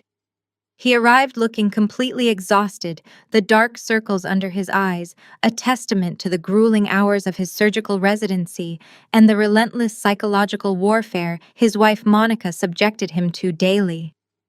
I did not soften the blow. I opened my briefcase and laid out the cloned financial ledgers, the encrypted text logs, and the undeniable documentary proof that his entire marriage was a predatory financial extraction scheme. I watched the color drain from his face as he read Monica's precise, calculated instructions to David on exactly how to drain his private practice accounts into their offshore shell company. Devin is a brilliant orthopedic surgeon, a man of science, anatomy, and logic. He did not deny the evidence in front of him or attempt to defend his wife. The initial devastation quickly hardened into a cold, clinical, and precise anger. We formed our alliance right there in the corner booth over cooling black coffee. He would return home, continue playing the role of the oblivious, exhausted husband, and wait for my signal to strike. The weeks leading up to Thanksgiving were a masterclass in psychological endurance. I played my part to absolute perfection, officially authorizing the $50,000 transfer to the rigged joint account, and watching David swagger around the house like a conquering king. He believed he had won. He believed I was broken. The tension culminated on Thanksgiving Day.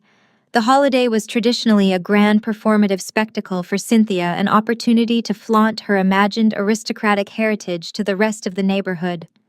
This year, the dining room table was set with her heavily mortgaged antique silver and crystal groaning under the weight of an excessive, professionally catered feast paid for entirely with my stolen home equity. However, the guest list featured an unexpected addition. David confidently introduced a man named Marcus, claiming he was a longtime family friend and an independent real estate developer who simply happened to be in town for the holiday weekend. My forensic instincts flared the absolute second the man handed me his coat. He lacked the relaxed, comfortable demeanor of a holiday guest. He was sweating slightly, his eyes darting around the room, and he carried a heavy locked leather briefcase that he immediately tucked under the dining room credenza. A quick, discreet search on my encrypted mobile device beneath the table confirmed my immediate suspicions. Marcus was absolutely not a real estate developer. He was a licensed notary public with a thoroughly documented history of severe professional disciplinary actions and shady corporate affiliations. The sheer breathtaking audacity of their plan materialized in my mind with crystal clarity. The forged power of attorney had been their first attempt, but they knew it was legally fragile if I ever found the courage to contest it in open court. They were escalating the timeline. They wanted the ultimate irreversible prize. They had brought a bribed, corrupt notary to a family Thanksgiving dinner to legally witness me signing over the physical deed to the house. As we took our designated seats around the massive mahogany table, the atmosphere crackled with an unspoken predatory anticipation. Cynthia was holding court at the head of the table, her mood unnaturally buoyant and her voice an octave higher than usual. She insisted on pouring the wine herself, making a grand sweeping show of presenting a supposedly rare imported vintage. I watched her movements with hyper-focused calculating intensity. She filled David's glass, then Monica's, then Devon's. When she finally reached my setting, she deliberately positioned her body to block my line of sight. It was a clumsy, amateurish sleight of hand, but I saw the unmistakable flash of a small dissolved white powder dropping directly into my crystal goblet before she poured the dark red liquid. She was attempting to chemically subdue me. They needed me conscious enough to physically hold a pen and verbally answer the notary, but sedated, fuzzy, and disoriented enough to sign a property transfer deed without reading the fine print. It was a staggering criminal escalation from financial wire fraud to physical endangerment and drugging. Cynthia handed me the glass with a sickly, triumphant smile, urging everyone to raise their glasses for a family toast. I needed an immediate distraction. I caught Devon's eye across the table. He was already fully aware of the stakes, having maintained his cover flawlessly all afternoon. I gave Devon a single, barely perceptible nod. Devon immediately shifted his weight, knocking his elbow violently against his large crystal water goblet. The heavy glass shattered against the hardwood floor, sending a spray of ice and water directly across David's expensive leather shoes. Chaos erupted on cue. David cursed loudly, jumping up from his seat and knocking his chair backward. Cynthia gasped dramatically, rushing forward with a linen napkin, while Marcus, the notary, awkwardly pushed his chair back against the wall to avoid the spreading puddle. Every single pair of eyes in the room was completely diverted to the mess on the floor. I did not hesitate for a fraction of a second. With fluid, practiced precision, I reached over and seamlessly swapped my tainted wine glass with the identical goblet sitting directly to my left at Monica's place setting. The entire maneuver was utterly flawless. By the time Cynthia had finished berating Devon for his supposed clumsiness and the table settled back into its designated seats, my hands were neatly folded in my lap, my original untainted glass resting innocently in front of Monica. Cynthia raised her glass, her eyes locked onto mine with a terrifying, expectant intensity. She proposed a toast to family, to unspoken trust, and to securing our future together. I smiled back, perfectly matching her predatory gaze, and raised my glass to my lips. I let the wine touch my tongue, but swallowed absolutely nothing, elegantly wiping my mouth with a linen napkin to complete the illusion. Beside me, completely oblivious to the trap, Monica took a deep, greedy gulp of the expensive tainted vintage. The dinner progressed, transforming into a surreal theater of mundane holiday chatter, masking an active criminal conspiracy. I ate my catered turkey and engaged in polite, meaningless conversation with Marcus, mentally watching the clock tick down. It took approximately 20 minutes for the fast-acting sedative to breach Monica's bloodstream. Midway through a boastful story about her latest country club luncheon, Monica's words began to slur heavily. Her posture slumped forward, her eyelids drooping as she visibly struggled to keep her head elevated. She blinked slowly, looking around the table with a fuzzy, entirely disconnected expression. David shot his mother a panicked, wide-eyed glare. Cynthia's triumphant smile instantly vanished, replaced by an expression of pure, unadulterated horror as she stared directly at her heavily sedated daughter. They realized exactly what had happened, but they were entirely trapped by their own malicious design. They could not explicitly address Monica's sudden severe intoxication without openly admitting to a table full of witnesses that they had intentionally brought a drugged beverage to the dinner. I leaned back comfortably in my chair, gently swirling the untainted wine in my crystal glass. The dining room was perfectly silent, save for the clinking of silverware and Monica's heavy, rhythmic breathing. Marcus shifted uncomfortably in his seat, his hand resting nervously near the briefcase containing the fraudulent deed. The final trap was sprung, the players were seated, and the federal wire fraud trigger was quietly ticking in the background. The absolute destruction of their entire parasitic empire was no longer a mere possibility. It was an imminent, unavoidable certainty. I realized the trap I had set required one final flawless performance to completely seal their fate. Monica was already slumping heavily to her left, the powerful sedative pulling her into a thick chemical haze. If I remained perfectly alert and articulate, Cynthia would instantly realize her sabotage had failed and abort the mission. I needed to hand them the illusion of total, uncontested victory. I let my eyelids flutter rapidly, mimicking a sudden, overwhelming wave of exhaustion. I allowed my jaw to slacken, releasing a soft, groggy sigh as I let my shoulders collapse. I muttered a slurred, disjointed sentence about the dining room suddenly spinning, and then I let my upper body pitch forward. My cheek came to rest heavily against the polished mahogany surface of the dining table. I regulated my breathing into a slow, deep, rhythmic cadence, projecting the unmistakable image of a woman who was entirely incapacitated. David's chair scraped violently against the hardwood floor. He stepped over to my side of the table and grabbed my shoulder, shaking me with a rough, clinical disregard. He called my name twice, his voice entirely devoid of warmth or concern. When I allowed my head to simply loll uselessly against my own arm in response, he let out a sharp, victorious exhale.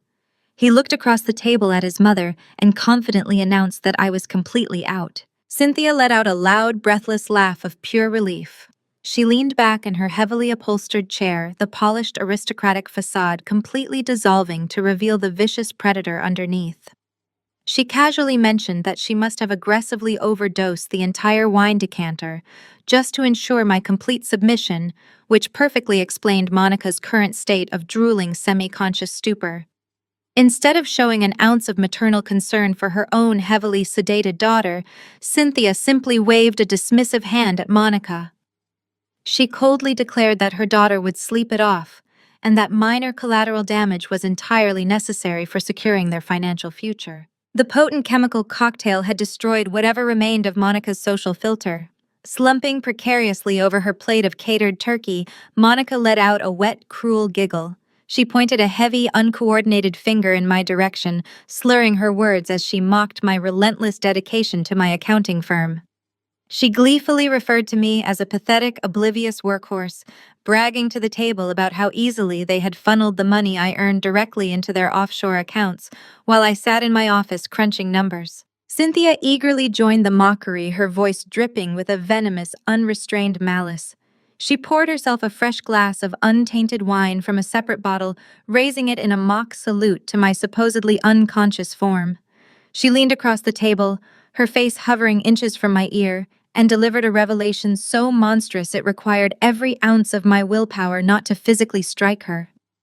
She brought up the deeply private, vulnerable conversations I had shared with David about my desire to eventually start a family. She threw her head back and laughed a sharp, grating sound that echoed off the dining room walls.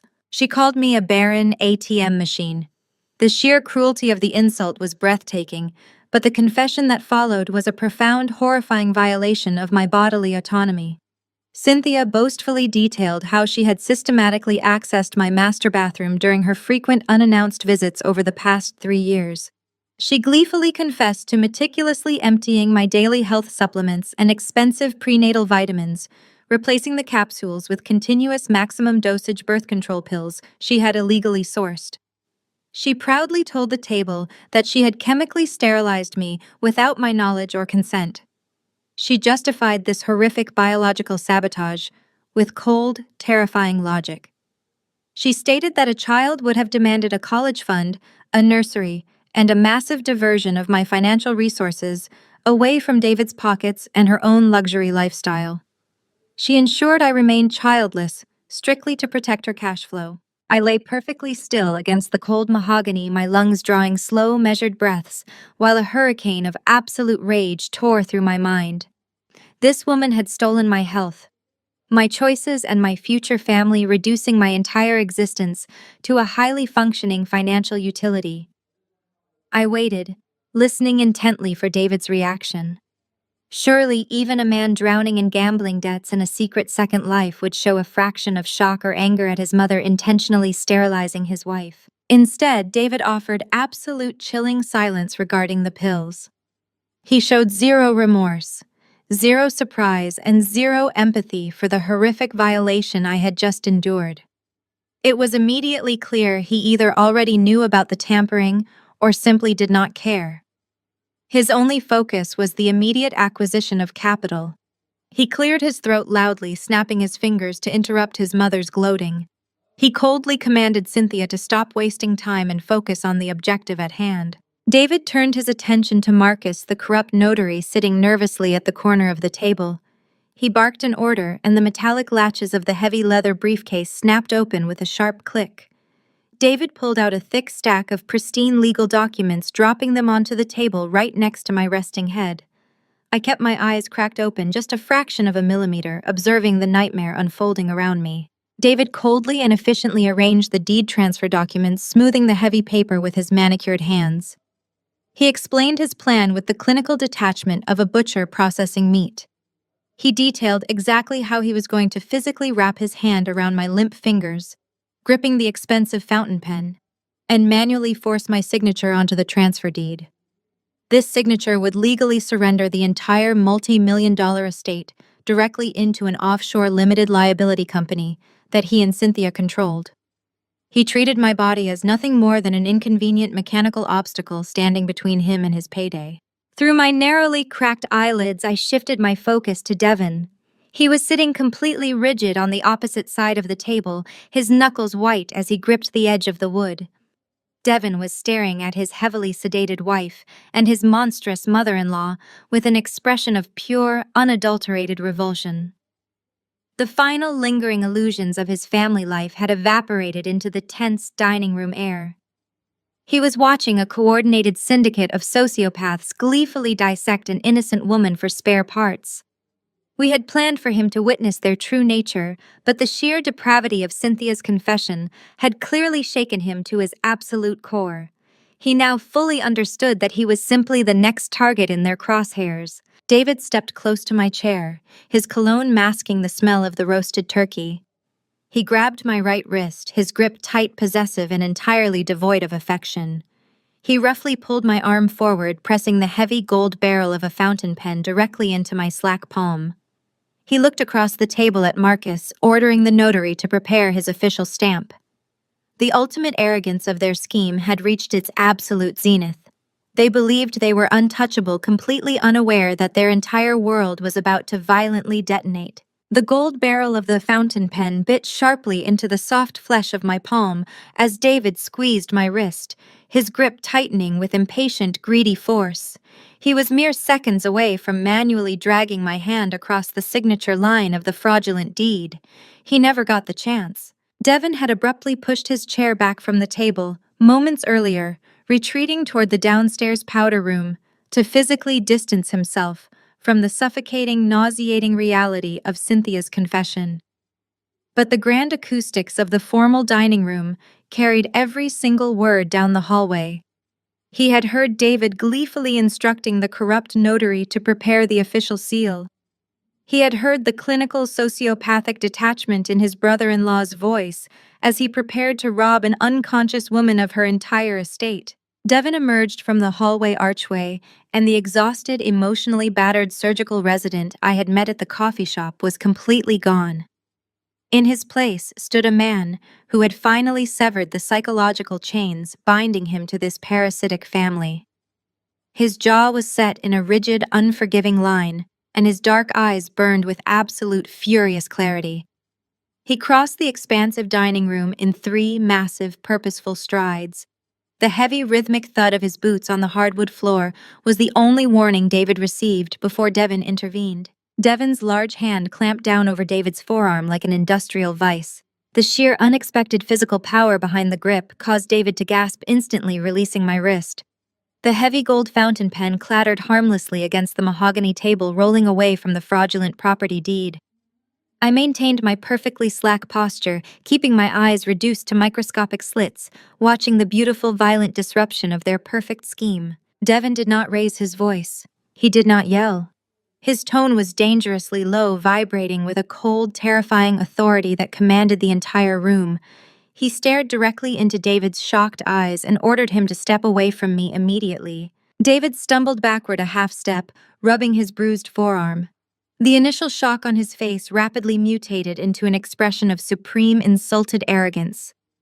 He was the golden child of a wealthy dynasty, a man who had never faced a single tangible consequence in his entire privileged existence, and he was completely incapable of processing this sudden defiance from a man he considered his social inferior. David sneered, straightening his tailored suit jacket. He aggressively stepped back into Devin's personal space, jabbing a finger against Devin's chest. He spat that this was a private family financial matter and ordered the charity case to sit down and keep his mouth shut. Devin did not yield a single inch. He planted his feet, physically shielding my slumped body from David's reach. He quietly informed David that he was witnessing a felony assault and wire fraud, and he would not allow them to lay another finger on me.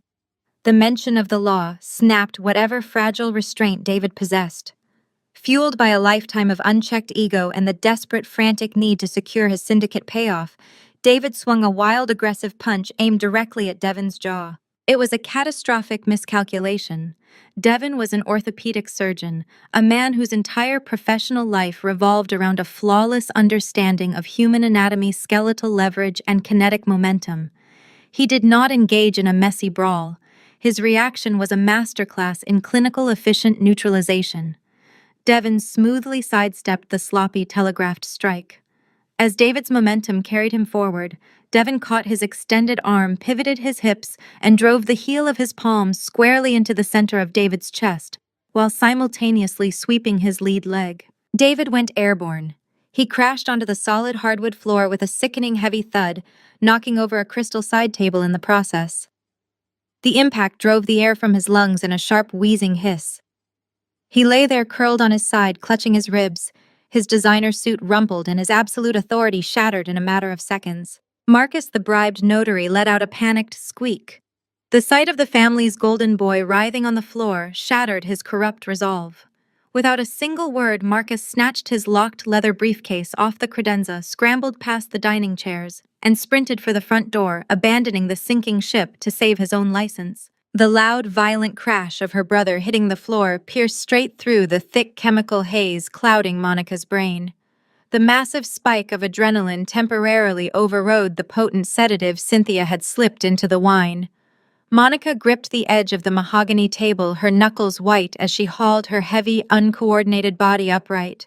Her eyes glassy and bloodshot just moments before now, blazed with a manic, aristocratic rage.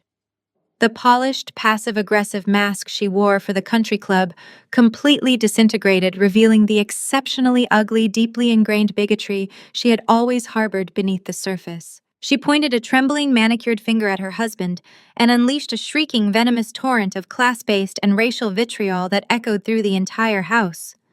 She screamed that Devon was nothing but a gutter-born peasant, a pathetic, ungrateful outsider, who would still be drowning in student debt if her family had not generously elevated him from the dirt.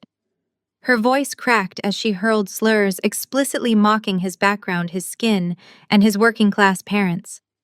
She shrieked that his medical degree was absolutely worthless compared to their generational wealth, and that his only purpose in their pristine elite lineage was to serve as a quiet, compliant prop for their family photos. She demanded that he drop to his knees and apologize to her brother, screaming that he owed his entire miserable existence to their charity. Cynthia joined the chaotic chorus, squawking from the head of the table in pure horror, demanding that Devon leave her property immediately and threatening to ruin his medical career by morning. Devon stood perfectly still amidst the screaming, his posture utterly stoic. He did not yell back. He did not defend himself against the vile, racist barrage. He simply looked at the woman he had married, absorbing the sheer, unfiltered ugliness of her true nature. Any lingering trace of guilt he might have harbored about our covert alliance vanished in that exact second. He looked down at David, who was still gasping on the floor, and then back at his shrieking wife. With absolute icy detachment, Devon quietly stated that they were all pathetic, morally bankrupt parasites, and he turned his back on them. I kept my face pressed against the cool wood of the table, regulating my breathing, savoring the glorious sound of their dynasty tearing itself apart from the inside out. The heavy oak front door slammed shut behind Devon, the sound echoing like a gunshot through the sprawling suburban mansion. His departure left a vacuum of absolute ringing silence, broken only by Monica's pathetic drug-induced whimpering and David's labored breathing on the floor. The pristine, aristocratic illusion of Cynthia's Thanksgiving dinner lay in utter ruins, shattered crystal and spilled wine soaking into the expensive Persian rug. Yet the sheer staggering magnitude of their greed completely blinded them to the reality of their situation. They did not see the catastrophic failure of their family unit. They only saw the millions of dollars slipping through their fingers. Cynthia pivoted away from her disgraced daughter and locked her predatory gaze on Marcus. The corrupt notary was still hovering near the foyer archway, his hand gripping the brass doorknob, completely paralyzed by a volatile mixture of fear and cowardice. Cynthia's voice sliced through the room, sharp and commanding, entirely stripped of its usual southern charm. She ordered Marcus to return to the table immediately. She promised him triple his usual illicit fee, assuring him that Devon's outburst was irrelevant to their transaction. She hissed that they only needed the official seal on the property transfer to secure their absolute financial freedom. Marcus hesitated, his eyes darting frantically between the front door and the stack of crisp legal documents resting near my supposed unconscious form. Greed ultimately overpowered his fleeting instinct for self-preservation. He released the doorknob, scurrying back toward the mahogany dining table with the nervous, erratic energy of a cornered rodent. David, meanwhile, had managed to push himself up from the floor. He clutched his bruised ribs, his tailored suit ruined by the puddle of ice water, his face twisted into a mask of pure, humiliated rage. He hobbled back to my chair, his breathing ragged and uneven. He grabbed the heavy gold fountain pen that had rolled away during the altercation. He was not going to let Devon's interference rob him of his ultimate prize. With rough, aggressive force, he grabbed my right wrist again. I maintained my state of absolute physical compliance, letting my arm hang like a dead weight. David shoved the barrel of the pen into my palm, wrapping his large, sweaty fingers over my knuckles to lock my grip in place. He dragged my hand across the thick paper of the fraudulent deed, physically forcing a jagged, messy scrawl onto the designated signature line. It was a grotesque mockery of legal consent, a blatant, undeniable act of coercion. He shoved the freshly inked document across the polished wood toward the waiting notary. Marcus did not bother verifying my identity, assessing my mental state, or requesting verbal confirmation, utterly abandoning every single ethical and legal mandate of his licensed profession. He pulled a heavy brass embosser from his leather briefcase.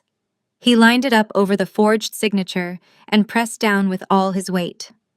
A loud, sharp clack resonated through the dining room. The corrupt notary quickly stamped the fake deed transfer, officially branding the criminal conspiracy into the public record. David let out a harsh, breathless laugh of absolute triumph. He snatched the stamped deed from the table, waving it in the air toward his mother. Cynthia clapped her hands together, a terrifying display of maternal pride over her son's successful commission of a major felony. They were celebrating their absolute victory, completely convinced they had successfully stolen my home, my assets, and my future. That was the precise, mathematically calculated moment I chose to end the performance. My breathing, previously slow and shallow, shifted into a normal rhythmic cadence. I planted my hands firmly on the edge of the mahogany table and slowly pushed myself upward.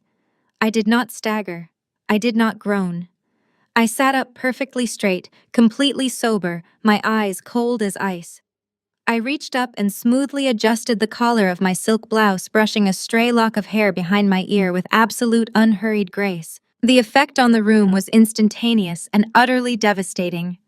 The triumphant laughter died in David's throat, replaced by a choking, strangled gasp. Cynthia froze mid-clap, her jaw dropping open in sheer, unadulterated horror. Monica, still slumped sideways in her chair, blinked at me through her heavy chemical haze, entirely incapable of processing this sudden resurrection. Marcus took a terrified step backward, knocking his hip against the credenza. David stared at me, his eyes wide and frantic, desperately trying to reconcile the incapacitated victim he had just physically assaulted with the alert, terrifyingly calm woman currently staring a hole directly through his soul. He looked down at the stamped deed in his hand, then back up at my face, the horrific reality of the situation finally beginning to pierce his monumental arrogance. I did not offer them a single word of explanation. I did not scream, gloat, or lower myself to their level of emotional hysteria. I simply maintained intense, unblinking eye contact with David as I reached into the right pocket of my tailored trousers. My fingers wrapped around the smooth, cold plastic of the small, encrypted remote transmitter Arthur Harrington had provided me that very morning. The device was a direct localized panic button hardwired to the federal surveillance van, currently parked inconspicuously 3 blocks away. I withdrew the remote, placing it deliberately onto the polished surface of the dining table right next to my pristine, untainted glass of wine. I pressed the small red button in the center. A profound, suffocating silence descended upon the room. David, Cynthia, and Marcus stared at the little black device as if it were an active explosive. For 3 agonizingly long seconds, absolutely nothing happened. The tension stretched until it felt like the very air in the room might shatter. Then the suburban tranquility of the neighborhood was violently torn apart. Within seconds, the flashing red and blue lights of local police and FBI cruisers illuminated the dining room windows, casting rapid, dizzying shadows across the antique silver and the horrified faces of my in-laws. Sirens wail outside, a deafening mechanical scream that echoed the total destruction of their parasitic empire. Heavy, synchronized footsteps pounded up the front porch stairs, followed by a thunderous, authoritative hammering on the heavy oak door. The trap had not merely sprung, it had crushed them entirely. The heavy oak door shuddered under the sheer force of the repeated blows. The booming voices of federal agents demanding entry echoed through the foyer, completely drowning out the ambient hum of the upscale neighborhood. Flashing red and blue lights sliced through the sheer dining room curtains, painting the walls and the terrified faces of my in-laws in erratic, strobing colors. Marcus, the bribed notary, let out a pathetic whimper, pressing himself flat against the far wall as if trying to melt into the expensive wallpaper. David was paralyzed, the fraudulent, freshly stamped deed still trembling in his sweaty hand. He looked like a man who had just stepped on a landmine and heard the internal mechanism click. I ignored the chaotic symphony of impending justice hammering against the front entrance. My performance as the docile victimized wife was officially over, and the final act of their destruction required an audience. I calmly walked over to my designer tote bag resting against the base of my chair and extracted my slim silver laptop. Flipping it open, I retrieved the television remote from the marble credenza separating the dining area from the expansive sunken living room. With a few swift, deliberate keystrokes and a press of a button, the massive 85-inch OLED screen mounted above the stone fireplace flared to life. I cast my laptop screen directly to the television, the connection syncing with a soft electronic chime that somehow cut through the deafening noise outside. I did not raise my voice, nor did I look toward the front door, where the federal battering ram was undoubtedly being positioned. I simply clicked on the first heavily encrypted video file stored on my desktop. The gigantic screen instantly filled with a crystal-clear, high-definition image of my own master bathroom.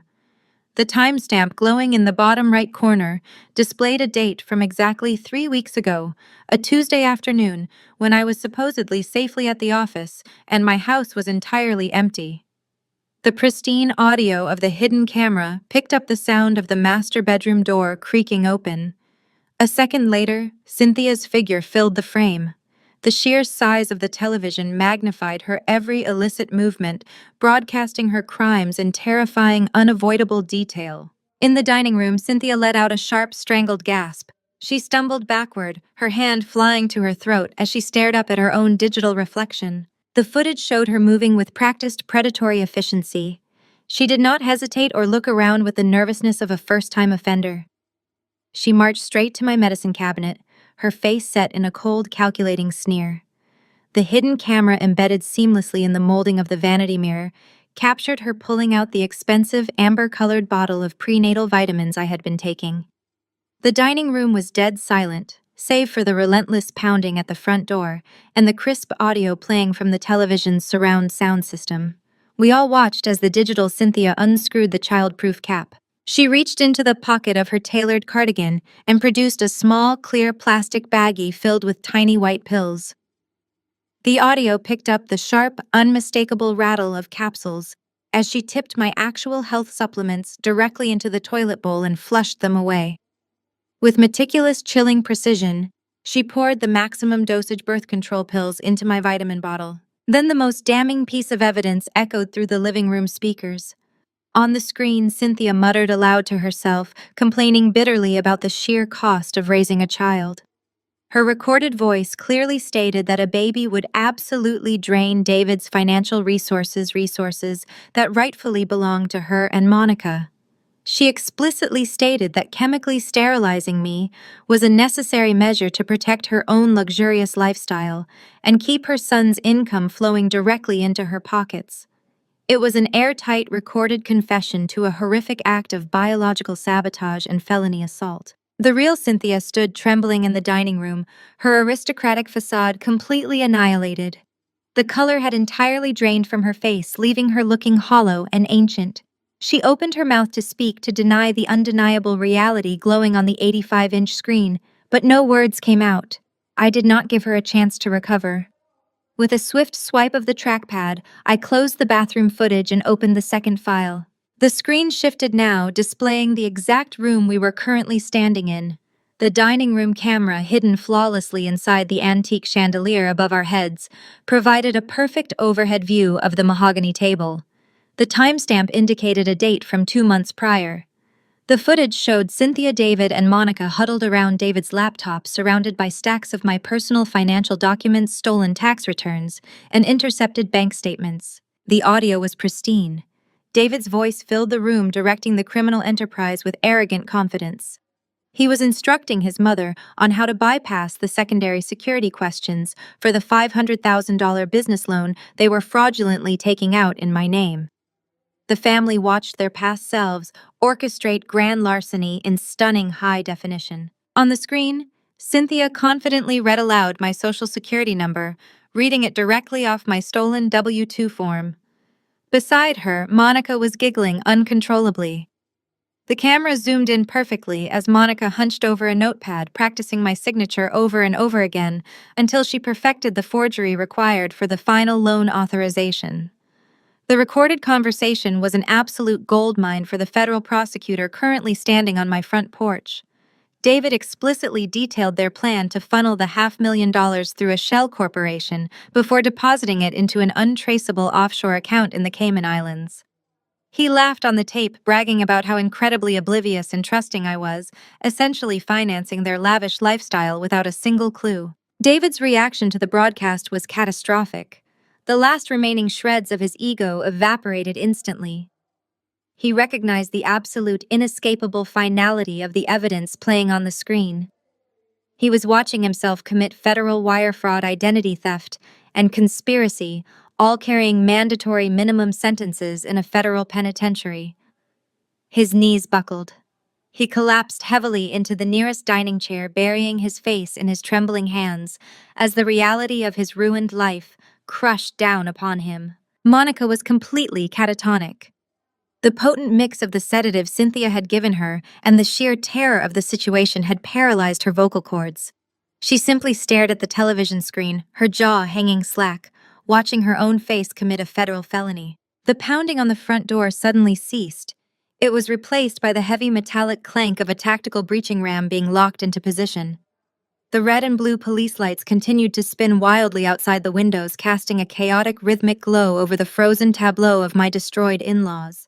I clicked the trackpad one final time, pausing the video on a stark, undeniable freeze frame of the three of them smiling as they submitted the fraudulent loan application. I slowly closed my laptop, the soft click echoing like a gavel striking a sound block. The exhibition was over, and the audience outside was finally ready to enter the theater. The thunderous crack of a steel battering ram obliterating the heavy oak front door signaled the definitive end of my in-laws' reign of terror. Wood splintered and flew across the imported marble of the foyer like shrapnel. A flood of heavily armed federal agents and local police officers poured into the house, a tidal wave of dark tactical gear, Kevlar vests, and blinding flashlights sweeping through the pristine, aristocratic living space. The sheer, overwhelming volume of their synchronized shouting instantly drowned out the wailing sirens outside.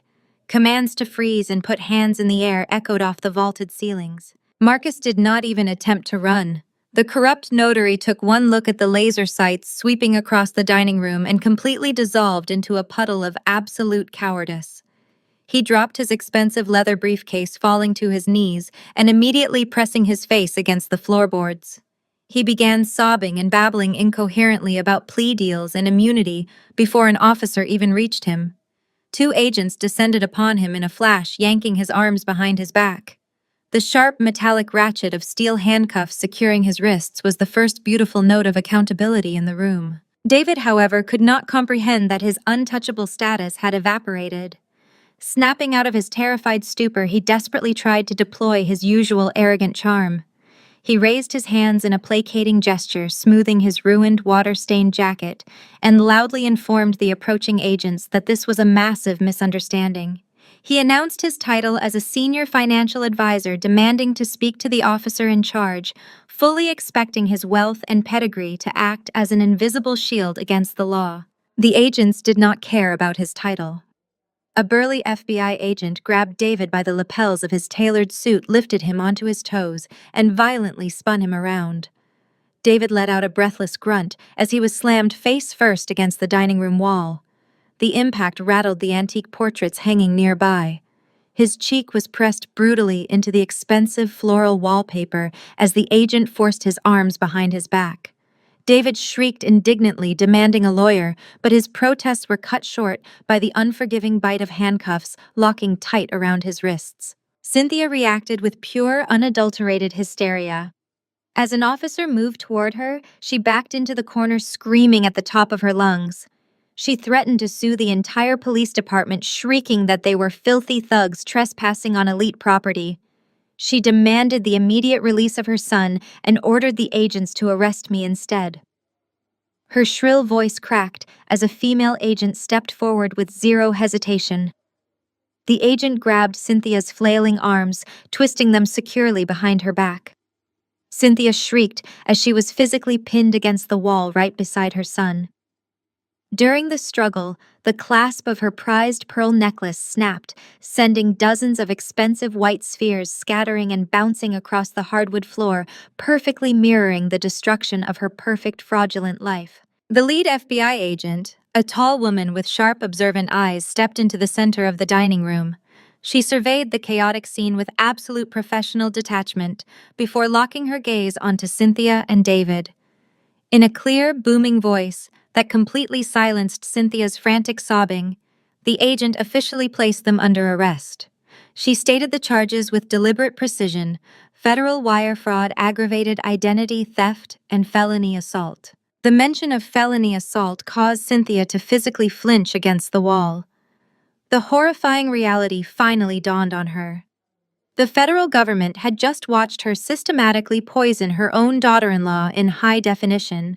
There would be no high-priced lawyers capable of spinning that footage. There would be no sweeping this under the rug. Paramedics followed closely behind the tactical team, immediately assessing Monica. She was still slumped in her chair, completely unresponsive to the chaotic arrests happening inches away, drooling onto her silk blouse. The medics quickly transferred her onto a stretcher, strapping her down to be transported to the hospital under police guard. Devon stood quietly in the corner, his hands raised peacefully, identifying himself as a cooperating witness. The agents nodded, allowing him to step back into the foyer, entirely unbothered by the arrest of his monstrous relatives. With the immediate threats neutralized and the room secured, I stepped away from the table. I ignored the venomous, hateful glares burning into the back of my head from David and Cynthia. I walked calmly over to my designer tote bag resting near the credenza. I reached inside and pulled out the culmination of 3 years of silent, agonizing suffering. It was a massive, heavy 3-ring binder. The binder was meticulously organized, color-coded, and packed to the absolute brim with forensic financial evidence. It contained every single bank statement, every offshore wire transfer routing number, every forged signature comparison, and the comprehensive chemical analysis of my tampered prenatal vitamins. I turned around and walked purposefully toward the lead FBI agent. I held the heavy binder out to her, the weight of it feeling incredibly satisfying in my hands. The agent accepted it with a firm nod of mutual respect.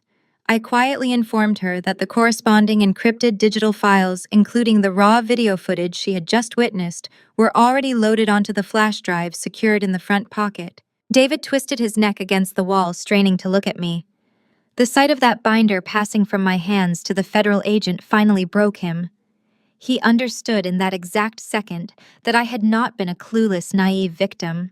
I had been hunting them. I had documented every stolen cent, every lie, and every drop of poison. I watched the realization completely shatter his soul as the agents finally grabbed him by the arms, dragging him and his shrieking mother toward the splintered front door, marching them directly into the flashing red and blue lights of their new reality. The heavy oak front door slammed shut, sealing David and Cynthia outside in the chaotic glare of the flashing police cruisers. Inside the shattered dining room, the atmosphere was thick with the smell of spilled wine, expensive cologne, and the sharp, metallic scent of sheer panic. The paramedics who had initially strapped Monica to the transport stretcher were caught entirely off guard by her sudden, violent resurgence. The visual confirmation of her mother and brother being forcefully shoved into the back of federal vehicles acted as a massive jolt of adrenaline, temporarily burning through the heavy chemical sedatives clouding her brain. With a frantic, wild surge of energy, Monica ripped the Velcro straps away from her chest and shoved the medics backward.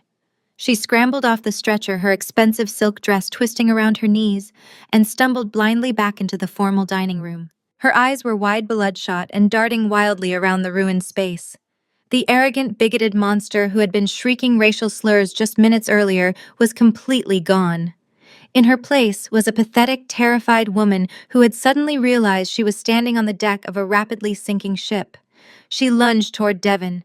He was standing near the foyer archway, completely untouched by the surrounding chaos, observing the destruction of her family with cold, clinical detachment. Monica grabbed the lapels of his tailored jacket, her perfectly manicured fingers digging desperately into the fabric. She began to beg, her voice a high, reedy whine that grated against the silence of the room. She demanded that he immediately access his surgical practice accounts.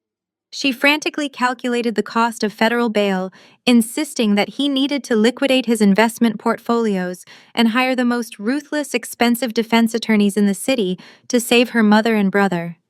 She treated his hard-earned money as her own personal emergency fund, assuming with absolute, deeply ingrained entitlement that he would instantly drain his life savings to rescue the very people who had just tried to orchestrate a multi-million-dollar fraud. She pleaded with him to call his wealthy medical colleagues to take out emergency loans, to do whatever was necessary to fix the catastrophic mess unfolding on their front lawn. Devin did not move a single muscle to comfort her. He did not wrap his arms around her shaking shoulders. He simply looked down at her hands gripping his coat. With slow, deliberate precision, he reached up and physically peeled her fingers away from his chest, discarding her grip as if she were carrying a contagious disease. He took a calculated step back, entirely removing himself from her personal space.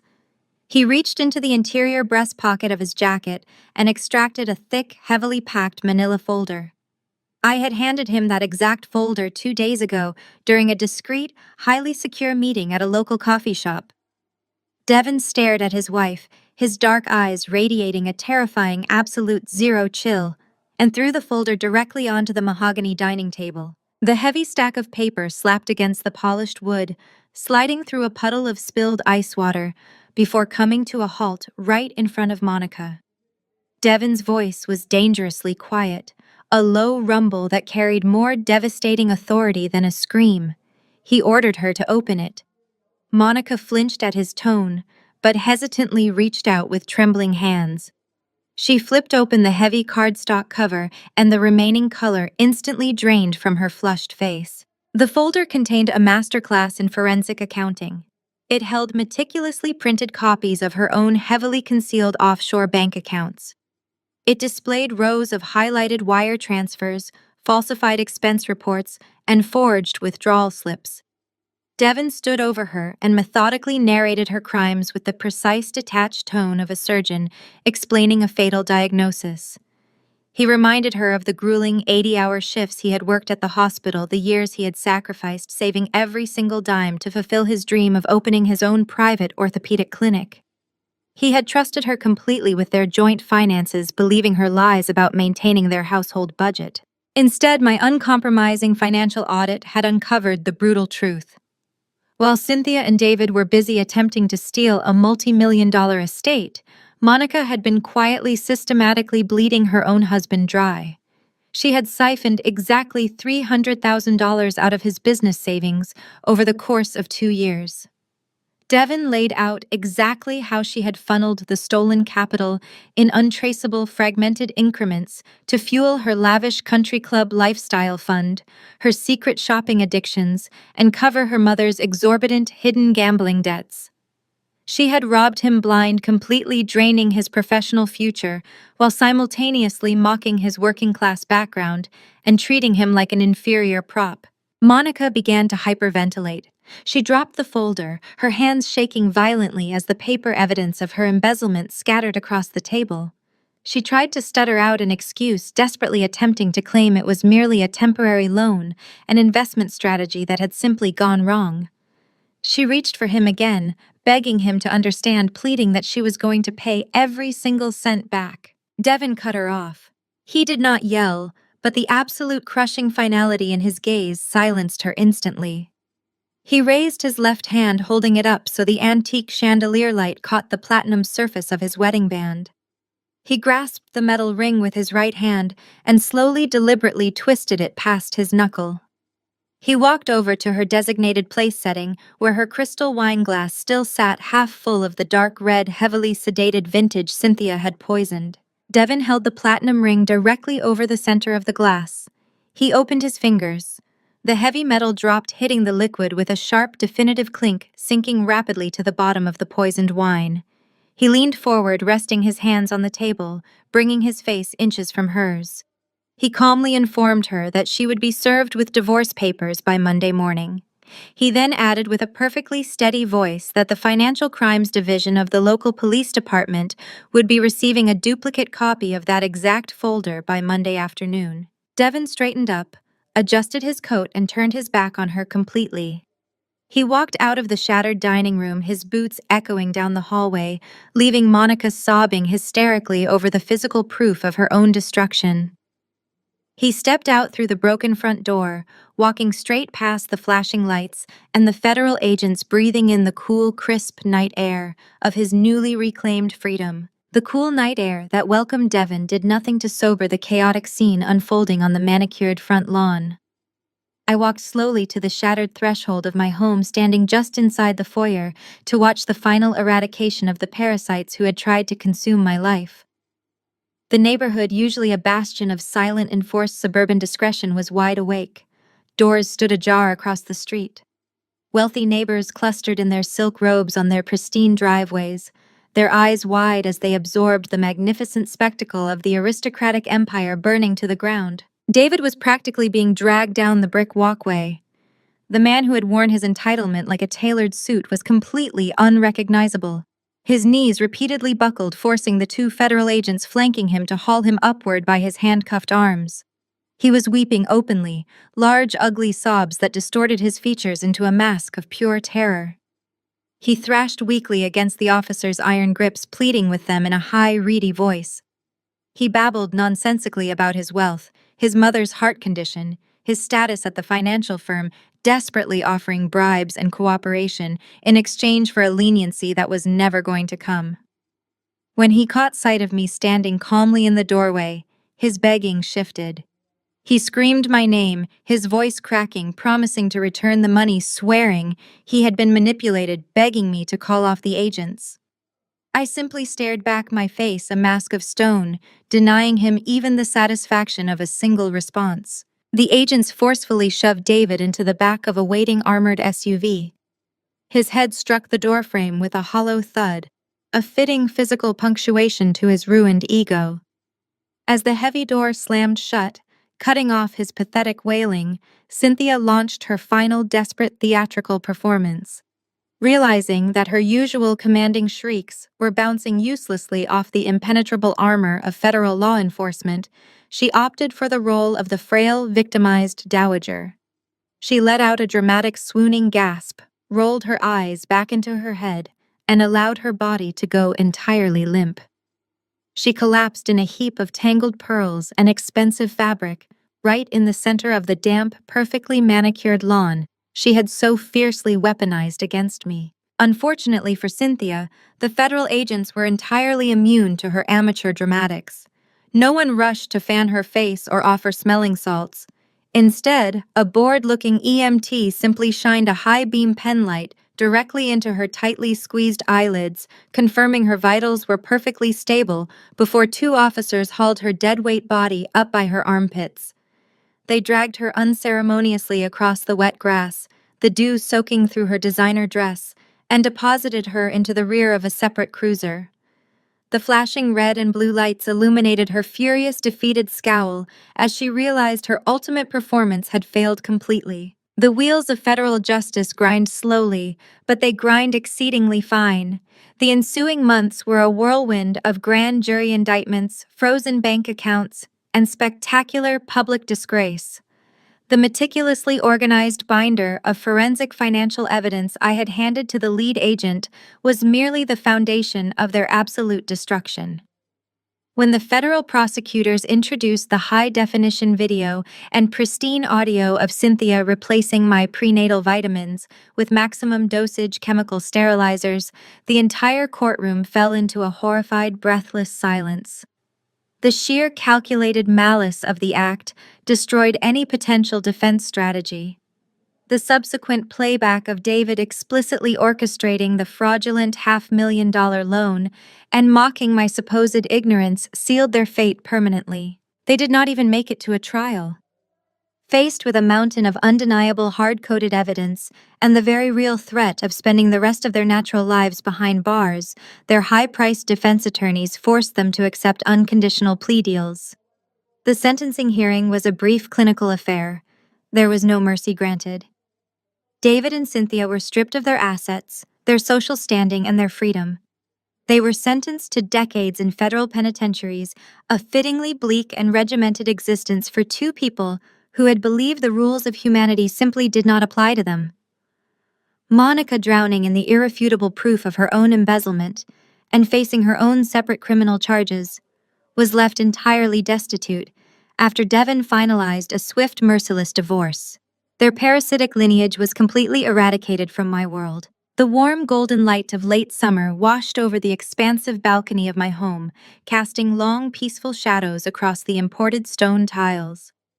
I stood at the railing, the soft evening breeze carrying the scent of blooming jasmine from the garden below.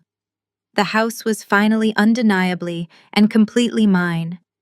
Every trace of their suffocating presence, every piece of their pretentious antique furniture, every lingering echo of their toxic entitlement had been thoroughly purged from the property. In its place was a sanctuary of light warmth and absolute security. I turned back towards the open French doors, smiling at the sound of genuine, unforced laughter drifting from the living room. The space was filled with the people who had stood by my side in the darkest trenches of my meticulously planned war. Devon stood near the marble kitchen island, looking 10 years younger and infinitely lighter. He had shed the heavy oppressive burden of his toxic marriage and emerged as a fiercely loyal, trusted confidant. Beside him stood the brilliant forensic accountants, the discreet private investigators, and the loyal colleagues who had helped me wire my home and track every stolen digital cent. Devon walked out onto the balcony holding 2 crystal flutes filled with chilled vintage champagne. He handed one to me, his dark eyes radiating a deep mutual understanding of the hell we had both survived and conquered. We did not need to speak about the people currently wearing federal orange jumpsuits. That chapter was permanently closed, locked away in a vault of satisfying justice. I raised my glass, the crystal catching the brilliant amber light of the setting sun. Devon tapped his flute against mine, the clear, ringing chime, a beautiful contrast to the heavy, violent sounds of the night this war had ended. We drank to resilience, to calculated patience, and to the utter destruction of those who mistake kindness for weakness.